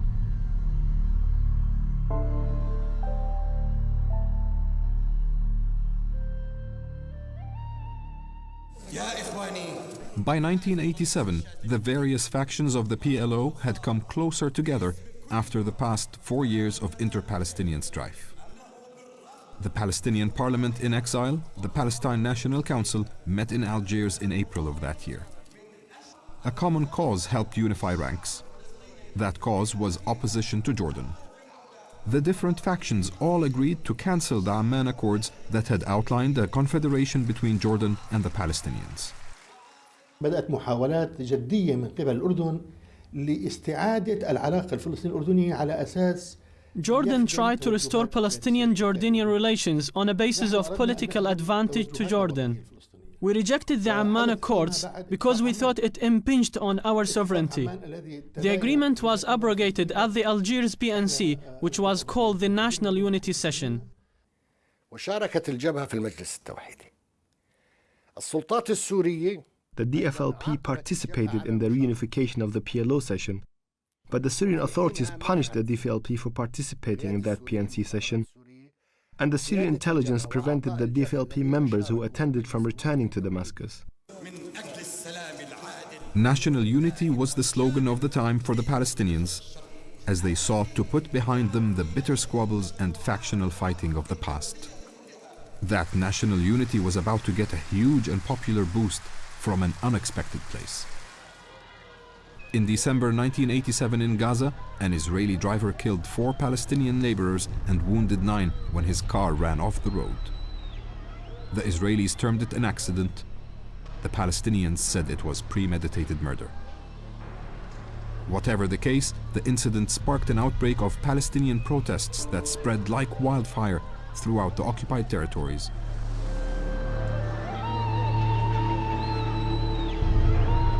The Intifada, or uprising, was born.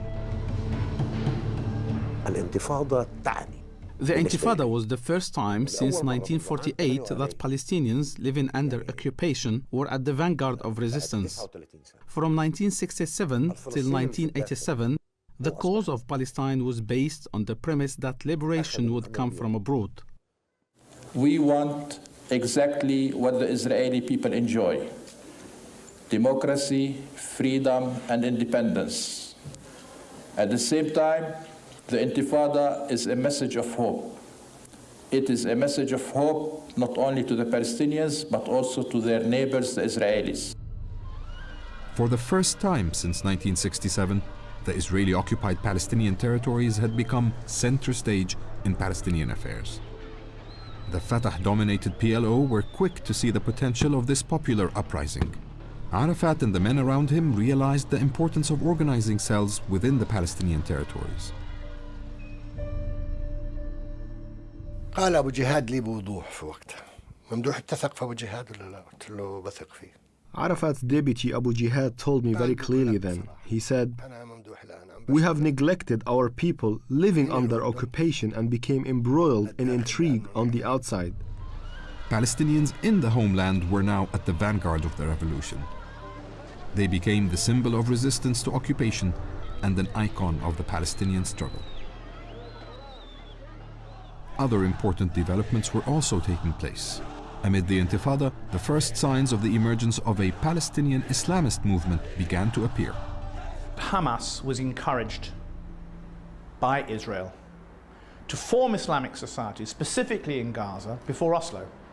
Because when Arafat was still a super terrorist, unquote, before he became a super statesman, and then of course later was made a super terrorist again, Hamas was seen as a logical balancing act for the Israelis to play against the PLO.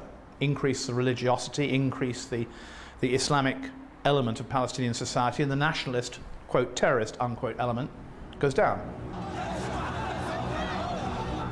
However, the Israelis did not seem to realize that these new Islamist groups would also be intent on liberating Palestine.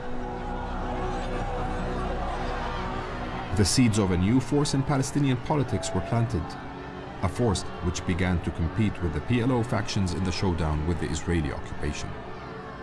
This new and growing Islamist trend, which heralded the formation of such groups as Islamic Jihad and Hamas, found natural allies in several wealthy Arab states. We attended a meeting and more than half of those in attendance were Kuwaitis and not Palestinians. I found that surprising. Chairman Arafat knew that Hamas received support from the popular level in the Arab Gulf states. The PLO, on the other hand, wasn't allowed to solicit donations because it was bound by agreements with the host governments to receive support only from them. However, support for the Islamist groups among the Palestinians was still in its infancy. Wary of the new challenge, Arafat and Abu Jihad soon stamped their authority on the Intifada. Arafat knew the Palestinian uprising had thrown the Palestinians a lifeline that could help them realize their aspirations for a homeland. بالنسبة إلى ياسر عرفات لا وجود لشيء اسمه انتفاضة من أجل الانتفاضة. For Yasser Arafat, there is no such thing as an intifada for the sake of an intifada. It's an intifada or an uprising to achieve a certain political goal. Hence, he was always in a state of uprising. نحن لا نقاتل من أجل القتال ولكن نقاتل من أجل سلام عادل. In March of 1988, Abu Jihad sent a group of Palestinian commandos into Israel. The gunmen hijacked a passenger bus in the Negev desert, transporting employees to Israel's top-secret nuclear complex at Dimona. In the ensuing firefight, the 3 hijackers and 3 Israeli employees were killed. The Israelis were exasperated with the Intifada and with the cells Abu Jihad was organizing.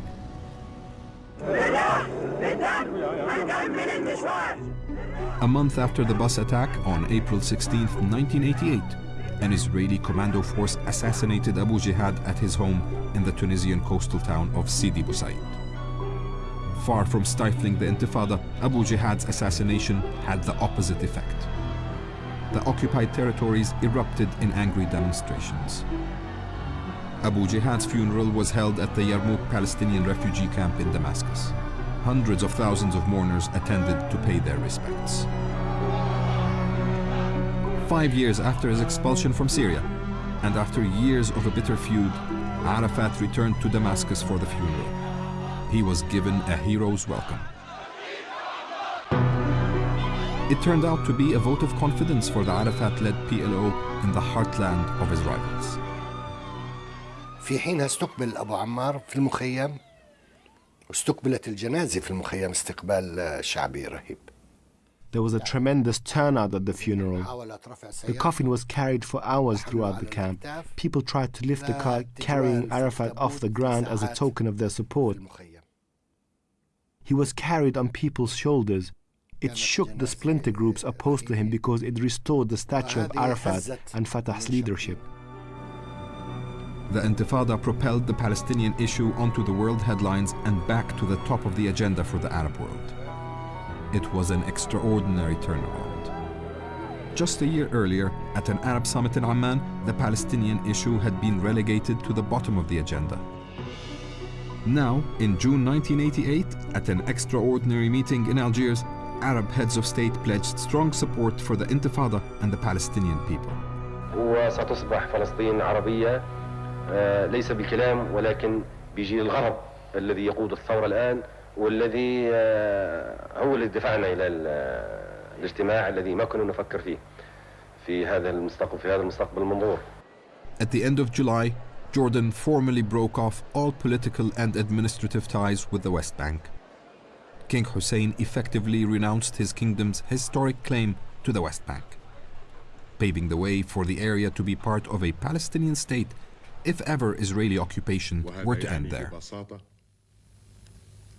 أننا أعلنا موقفنا الواضح حول تمسكنا بحق الشعب الفلسطيني في تقرير مصيره على ترابه الوطني بما في ذلك حقه في إقامة دولته الفلسطينية المستقلة قبل قرار قمة الرباط بأكثر من عامين. وهذا هو الموقف الذي سنظل متمسكين به إلى أن يحقق الشعب الفلسطيني أهدافه الوطنية كاملة غير منقوصة بمشيئة الله. كما تفضلت طفح الكيل وتجاوزنا الخط الأحمر، حاولنا المستحيل، دعمنا المنظمة بكافة القرارات التي. We had had enough and done everything possible. We supported the PLO, but in the end we concluded that the PLO had to be independent of us. The Palestinians were jubilant, but King Hussein's decision was opposed by some senior Jordanian officials. وصل جلالة الملك مرحلة لا يعتقد. King Hussein had concluded that he could no longer hope to regain the whole of the West Bank, and that therefore he had to put an end to any misunderstandings. If concessions were required, let the Palestinians make them, not Jordan. المسألة كانت محاولة. It was an attempt to give priority to Jordanian matters and step away from the historic burden of responsibility for the West Bank. I disagree with the decision, which wasn't an easy one for His Majesty to make. In November, the Palestine National Council met in Algiers, where Arafat made a historic announcement. وباسم الشعب العربي الفلسطيني قيام دولة فلسطين فوق أرضنا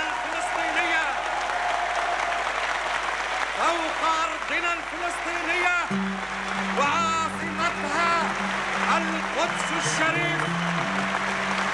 The formal declaration of a Palestinian state was a defining moment. But the Palestinians understood that establishing a state would require more than rhetoric. The PLO had no control of any territory. I hope that the Israelis will understand this. I will try to be positive in their response. The same thing also at the US. I'm an American. Well, I'm rather disappointed because instead of facing reality and drawing the necessary conclusion, they have engaged in an evasive sort of resolutions, which in real terms are meaningless. Palestinians also understood that America's backing was imperative if the dream of Palestinian statehood was to be fulfilled. And they began to realize that their longtime ally, the Soviet Union, was no longer the dependable friend of old. فكنت أنا والأخ أبو عمار واجتمعنا مع غورباتشيف. Arafat and I met with Gorbachev. I felt we had no common ground with him, that he didn't see our viewpoint. We told him the Palestinian people had a very high literacy rate, and he said, "Sure, the Israelis fear you." I realized then that he was no friend of ours, and I did not set foot in the Soviet Union afterwards. Arafat's declaration implicitly recognized the State of Israel, though this was never explicitly stated. It was enough for U.S. Secretary of State George Shultz to ask his Swedish counterpart Sten Andersson to convey a letter to the PLO. جاء رئيس الوزراء ليقول للرئيس أبو عمار. The message was that if you, Yiasser Arafat, declared the following points in public, chief amongst which was the renunciation of terrorism, then the United States would be prepared to recognize the Palestinian Liberation Organization and establish a dialogue with it. The General Assembly of the United Nations was preparing to convene in New York. Yiasser Arafat was scheduled to give a speech. What he did not count on was America's refusal to grant him an entry visa. In an unprecedented move, the General Assembly moved its meeting to its headquarters in Switzerland. Arafat delivered his speech and waited to reap the diplomatic rewards. He believed that by implicitly recognizing Israel and renouncing armed struggle, he had met America's conditions to open a dialogue with the PLO. Hereby once more declare that I condemn terrorism in all its forms. But the Americans did not hear the terminology they required about the renunciation of terrorism, and not all Palestinians believed the price was worth paying.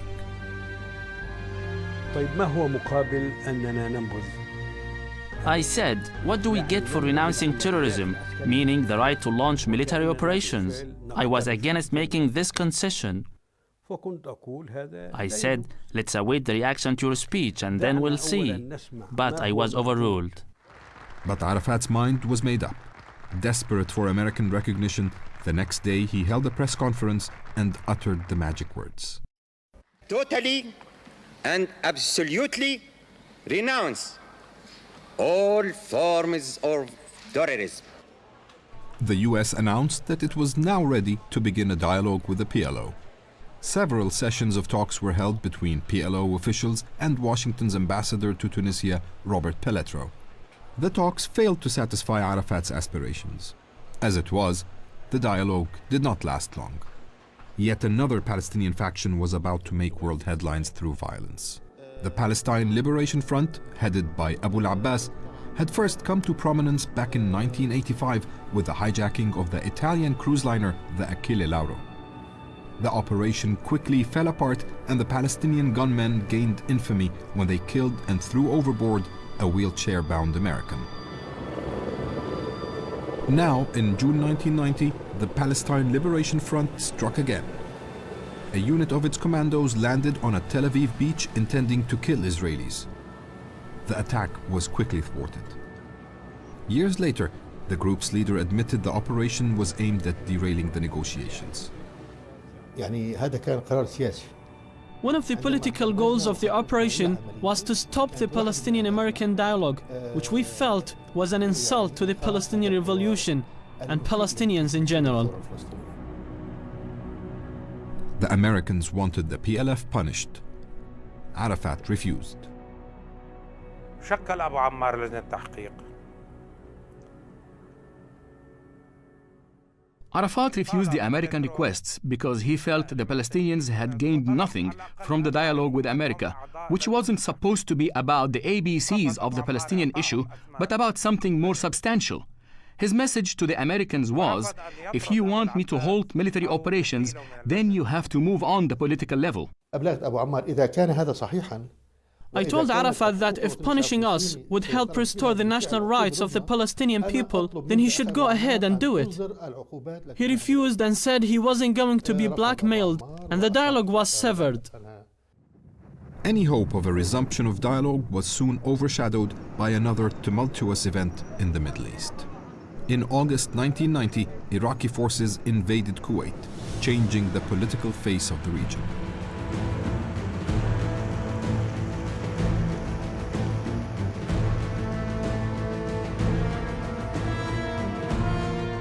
Arafat failed to unequivocally condemn the Iraqi occupation and announced he was seeking an Arab solution to the issue, a position supported by the Palestinians of the occupied territories.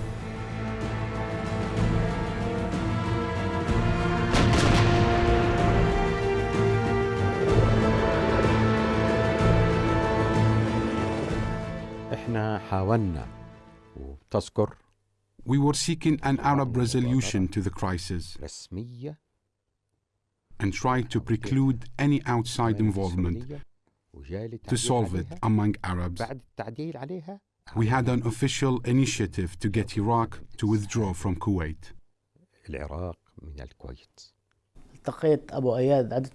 Abu Iyad told me, I don't want to talk to the Iraqis, it's hopeless. I interviewed Arafat at the time and begged him. I told him Saddam was going to lose and advised Arafat not to support him. He was hesitant, especially towards the end, but he couldn't break away from Saddam Hussein. Arafat's position was criticized within the PLO. Salah Khalaf, also known as Abu Iyad, who was now recognized as Arafat's second-in-command, distrusted Saddam Hussein from the outset. The last time I saw him was just before Saddam Hussein started making his move on Kuwait. It was just after the Abu Abbas affair. And I was in Tunis and met Abu Iyad, and he said, you know, this is Saddam's doing, this Abu Abbas affair, and he's courting Arafat, he's trying to get Arafat to move the headquarters to Baghdad. And he said, he has something in mind. I don't know what it is, but I'm trying to figure it out, because he wants the Palestinians Saddam wants the Palestinians in his corner when it happens. And we have to figure out what he's up to, because it's going to be bad news for us. You know, whenever an Arab regime tries to get its hands on us, we know there's trouble. And so he said, it's very important for us that the US PLO dialogue not be ended, because that's why Saddam did this. He wants to force an end to it, because he doesn't want us to be dealing with you. Abu Iyad's opposition to Arafat's alliance with Saddam proved his death sentence. In 1991, a few days before the air campaign to liberate Kuwait was launched, Abu Iyad was gunned down in Tunis. The perpetrator was Arafat's old nemesis, Abu Nidal, who was once again Iraq's gun for hire. Ironically, Abu Iyad had, in the past, turned down the opportunity to have Abu Nidal killed. كان يقول لي لا يمكن أنا ماكل ببيته هذا خبز وملح مع أولاده. Abu Iyad used to tell me that he couldn't order a hit on Abu Nidal because he had broken bread with him at his home. He said he couldn't kill him for the sake of his children. So what happened? Abu Nidal assassinated him. I swear more than once I told Arafat and Abu Iyad that I'd have Abu Nidal killed in Baghdad. If his Iraqi friends got upset, then I'd fix things with them. But Arafat and Abu Iyad turned down my offer. ناس مثل أبو إياد وناس مثل أبو جهاد كثيرين كانوا مؤثرين. People like Abu Iyad and Abu Jihad had an influence on Arafat's decisions and the policies he adopted. By taking them out, Arafat was left with no effective people around him. Ultimately, this had a negative effect in the years to come. By the end of February, Saddam Hussein's army had been ejected from Kuwait. His regime almost shattered. بعد حرب الخليج الثانية كل الدول العربية خسرت حرب. After the Gulf War, all Arabs lost so much. They lost everything. The occupation of Kuwait by the Iraqis was a stain on our honor. There is absolutely no excuse for it. لكنه لم يتخذ موقفا أن يؤيد الاحتلال بشكل واضح وصريح. Arafat did not openly and clearly condemn the occupation of Kuwait. At the same time, he didn't openly and clearly support it. He tried in his own way to simultaneously play both sides, and his position was interpreted as supporting the Iraqis. His calculations were wrong, and we paid a tremendous price for them. Arafat had hoped the international community would link an Iraqi withdrawal from Kuwait to Israeli concessions in the occupied territories. But the Palestinian leader miscalculated badly. The dreams of statehood and recognition he had harbored not too long ago now lay in ruins.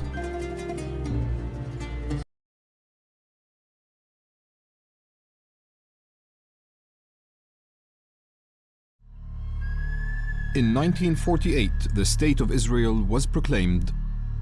Palestine was lost. 16 years later, in 1964, the Palestine Liberation Organization, or the PLO, was founded. Made up of different factions, the PLO has been at the heart of the struggle to regain Palestine ever since.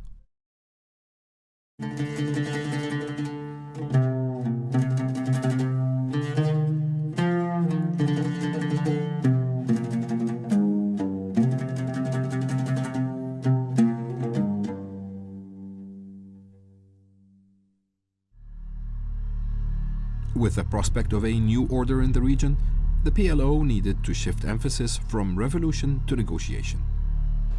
But new political forces were making their presence felt within Palestinian society, threatening the role and relevancy of the PLO.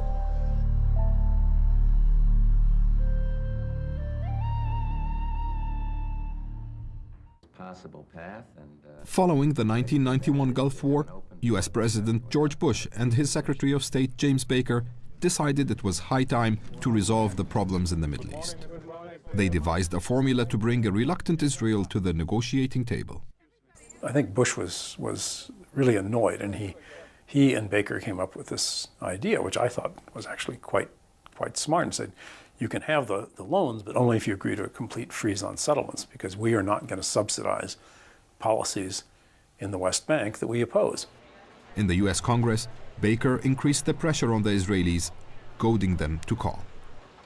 It's going to take some really good faith, affirmative effort on the part of our good friends in Israel. And if we don't get it, and if we can't get it quickly, I have to tell you, Mr. Levine, that everybody over there should know that the telephone number is 1-202-456-1414. When you're serious about peace, call us. The American strategy worked, and Israeli and Arab delegations attended a peace conference in the Spanish capital Madrid in October 1991. Although PLO leader Yiasser Arafat was not invited, he was well represented by Palestinian negotiators from Gaza and the West Bank. Arafat kept a tight rein on the Palestinian negotiators, and they made sure they towed the party line. نحن شاركنا في افتتاح المؤتمر ولكن شاركنا بالمشاهدة على التلفزيون ولكن من أرض مدريد. The speech delivered by Haider Abdel Shafi in Madrid was written by Hanan Ashrawi and Nabil Chaath. Mamdouh Naufal and Akram Haniyeh contributed to it. But in the end, it was faxed to Tunis, and we waited till morning until by return fax we got Arafat's blessing with notes and amendments in his handwriting. The Americans and the Spanish knew this. After the Madrid conference, further negotiations continued in Washington. Away from the media spotlight, secret talks were also held between Israeli and Palestinian officials. In April 1992, a plane carrying Γιάσερ Αραφάτ crashed in the Libyan desert. Arafat survived, but the crash highlighted the lack of any clear successor to the Palestinian leader. The transition of power was becoming an increasingly important matter. In the Palestinian territories, Islamist factions, which were not members of the PLO, were steadily building a solid base of support. They were vocally opposed to the negotiations Arafat was conducting with Israel. After failure of the secular system practice their ideas in Madrid, the people will shift voluntarily without any force or violence towards the Islamic movement. Many Palestinians shared such views, unconvinced that negotiations with Israel would lead to a breakthrough. Aware of this skepticism, Arafat gave the go-ahead to a secret channel of talks in the Norwegian capital, Oslo.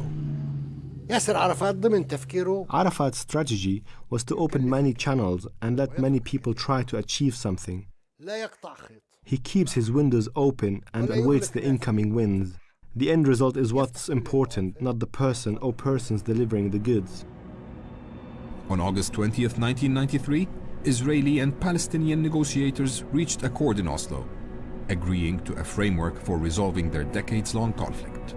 The Oslo Accords were announced to the world. Hamas was quick to condemn the accords. It was a first sign of a growing divide between Hamas and the PLO. On September 13th, 1993, Israeli Prime Minister Yitzhak Rabin and PLO leader Γιάσερ Αραφάτ shook hands and sealed the deal at the White House. The children of Abraham, the descendants of Isaac and Ishmael, have embarked together on a bold journey. Together, today, with all our hearts and all our souls, we bid them shalom, salam, peace.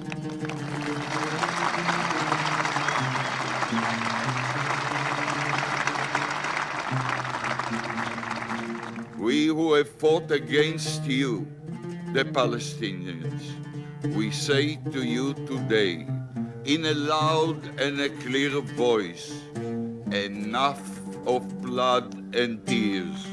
Enough! إن معركة السلام أيتها السيدات والسادة هي أصعب معارك حياتنا، وهي تستحق منا كل الجهود، لأن أرض السلام تتوق للسلام العادل والشامل. It was the first time the Israeli and Palestinian leaders had come face to face.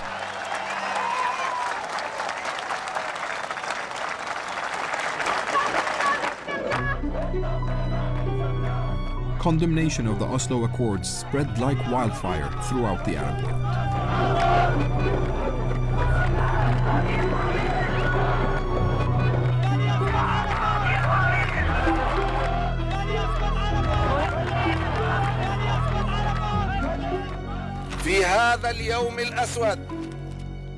On this black day, the PLO betrays the blood of the martyrs who fell for their homeland. Today, the PLO has harmed beyond belief its own people and sold out their right in their homeland, Palestine. Today, the PLO recognizes Israel and acknowledges Israeli sovereignty over the whole of historical Palestine. Notwithstanding these criticisms, the Oslo Accords found supporters in the Palestinians. فيصل بعرفها منه شخصيا، قال لي إنه هو بادر إلى اقتراح. Faisal Husseini, God rest his soul, used to say that he had reservations about the Oslo Accords. but he called it our child, and that it was better for us to defend Jerusalem from Ramallah next door than defend it from faraway Tunis. But the peace process initiated by the Oslo Accords soon began to founder.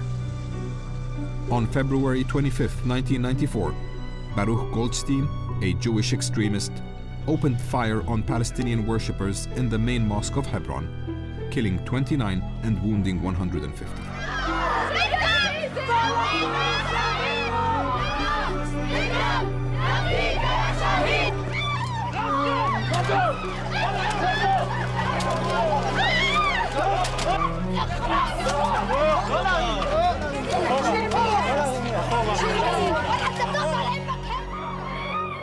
Just weeks later, Hamas responded with 2 suicide bombings inside Israel, killing 15 civilians.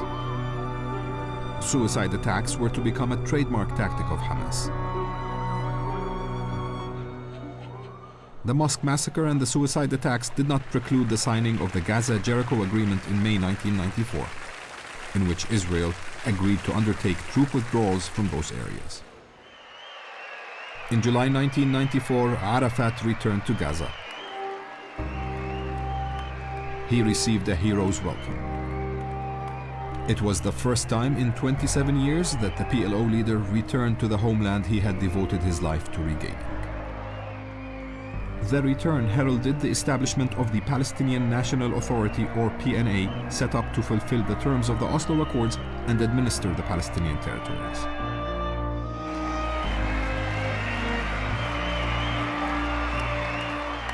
But Arafat found it difficult to make the transition from the leader of a liberation movement to the builder of a nation.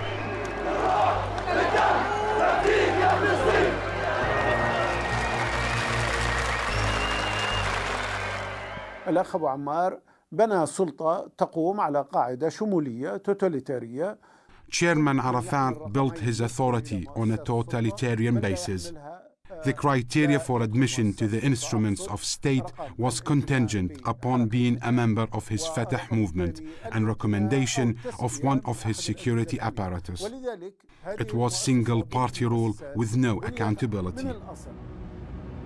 As Arafat tried to build the foundations of state, he also needed to continue negotiations.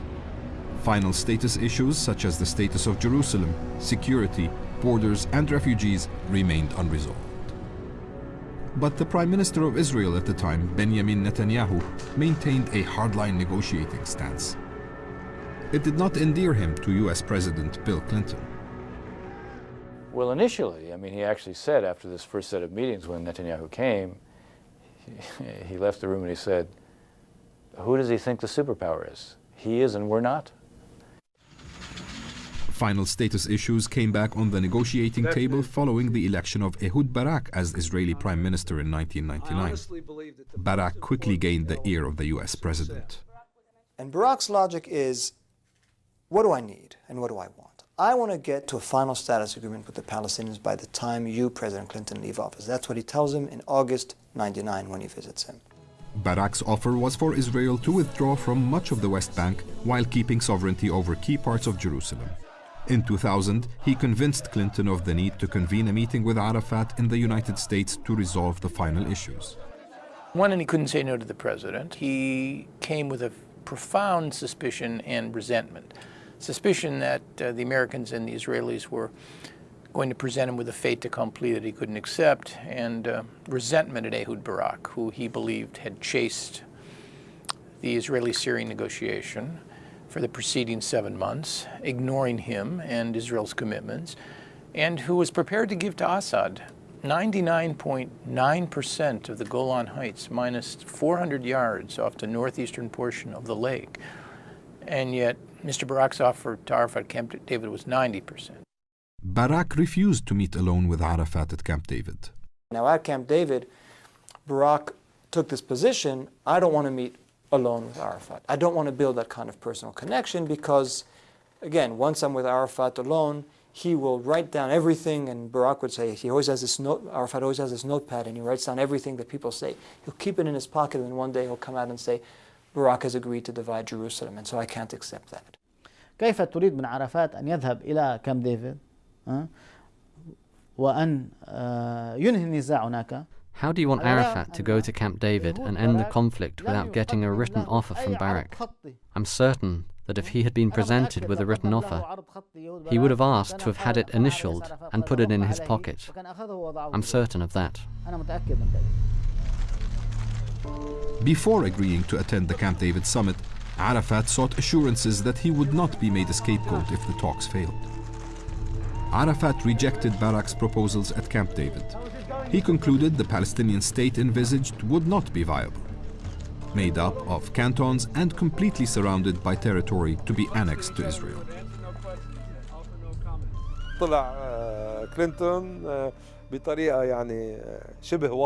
And then what does Clinton do? He breaks his promise and blames Arafat for the failure of Camp David.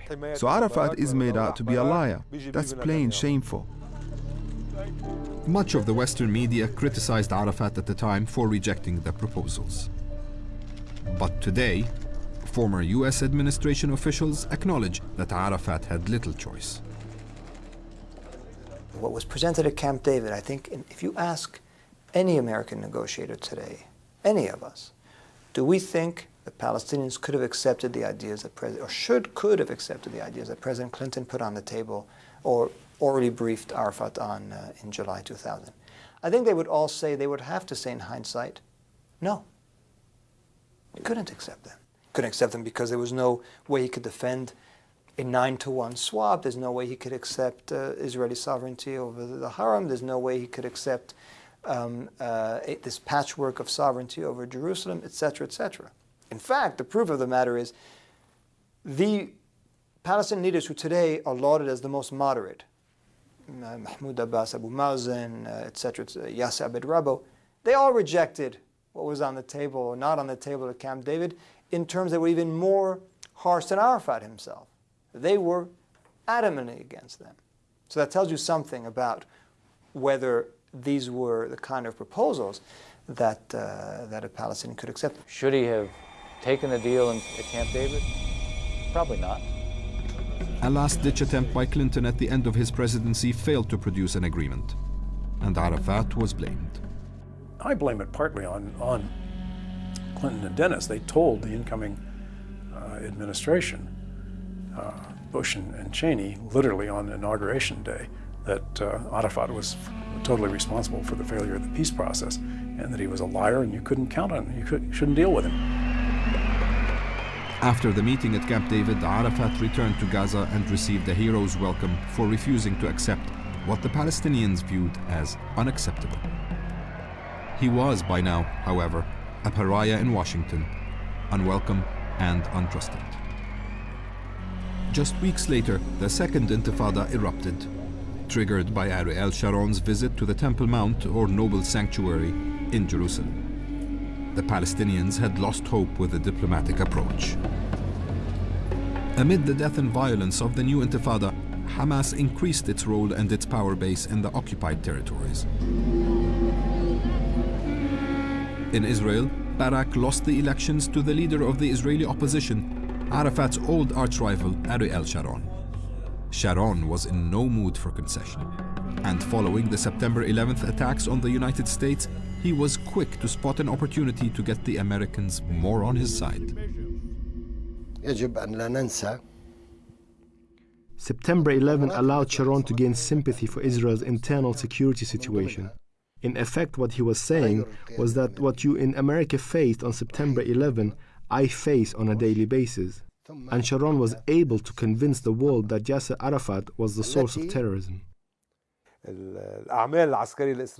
Israeli military actions that killed children, women, and the elderly caused Palestinian reactions to be emotional instead of political, and therefore revenge became the source of justice for the weak. The Israelis knew this, I believe. The crushing of the Palestinians' political backbone is one of the great achievements of the Israeli army during the Intifada.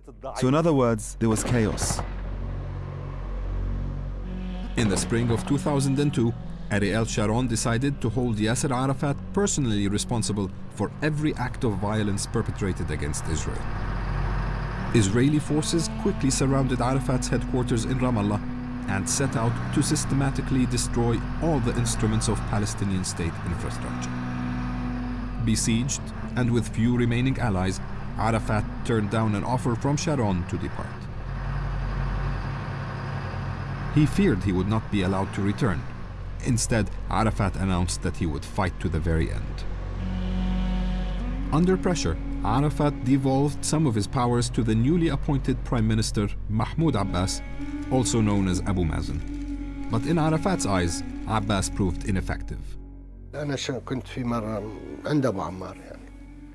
was with Arafat when Prime Minister Abbas was in Washington, and Arafat received a phone call telling him it was no good. The White House had not agreed to him regaining his freedom. At that point, Arafat said, if the Americans refuse to grant Abbas the freedom of Γιάσερ Αραφάτ, the democratically elected president of the Palestinian people, does he think they will give him the rights of the Palestinian people in Jerusalem and borders and the issue of refugees? They will not. Arafat subsequently quickly moved to engineer the fall of Abu Mazen's cabinet, and he did. Surrounded in his Ramallah headquarters, Arafat held out until October of 2004, when he was struck down by a mysterious illness. Israel said it would allow him to seek treatment abroad and return.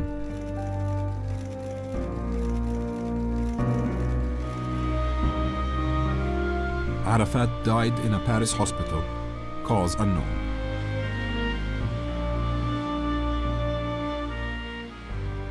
The Palestinians claimed he was poisoned. The Israelis protested their innocence.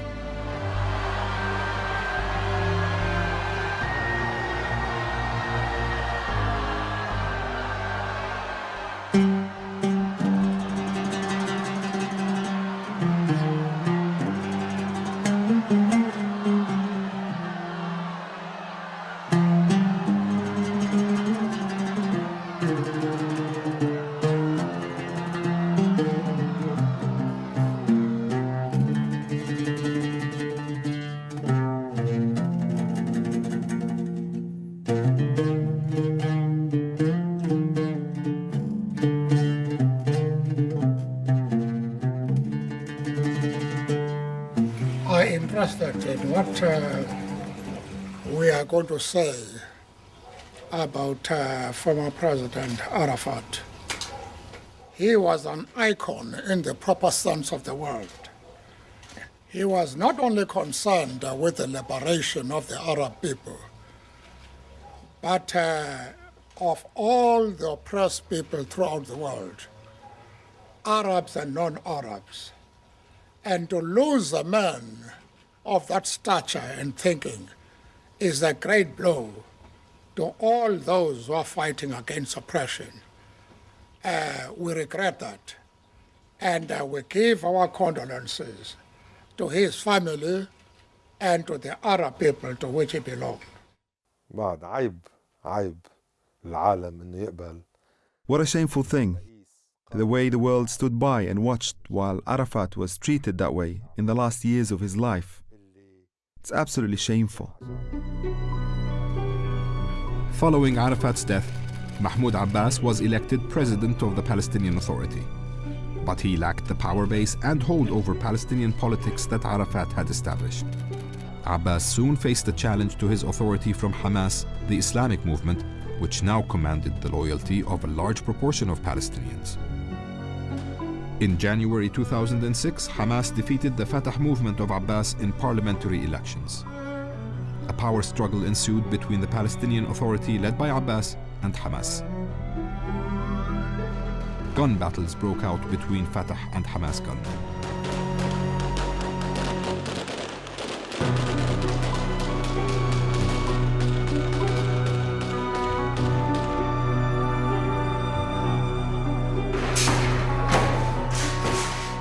In the summer of 2007, Hamas fighters captured the Fatah headquarters in Gaza, securing control of the area.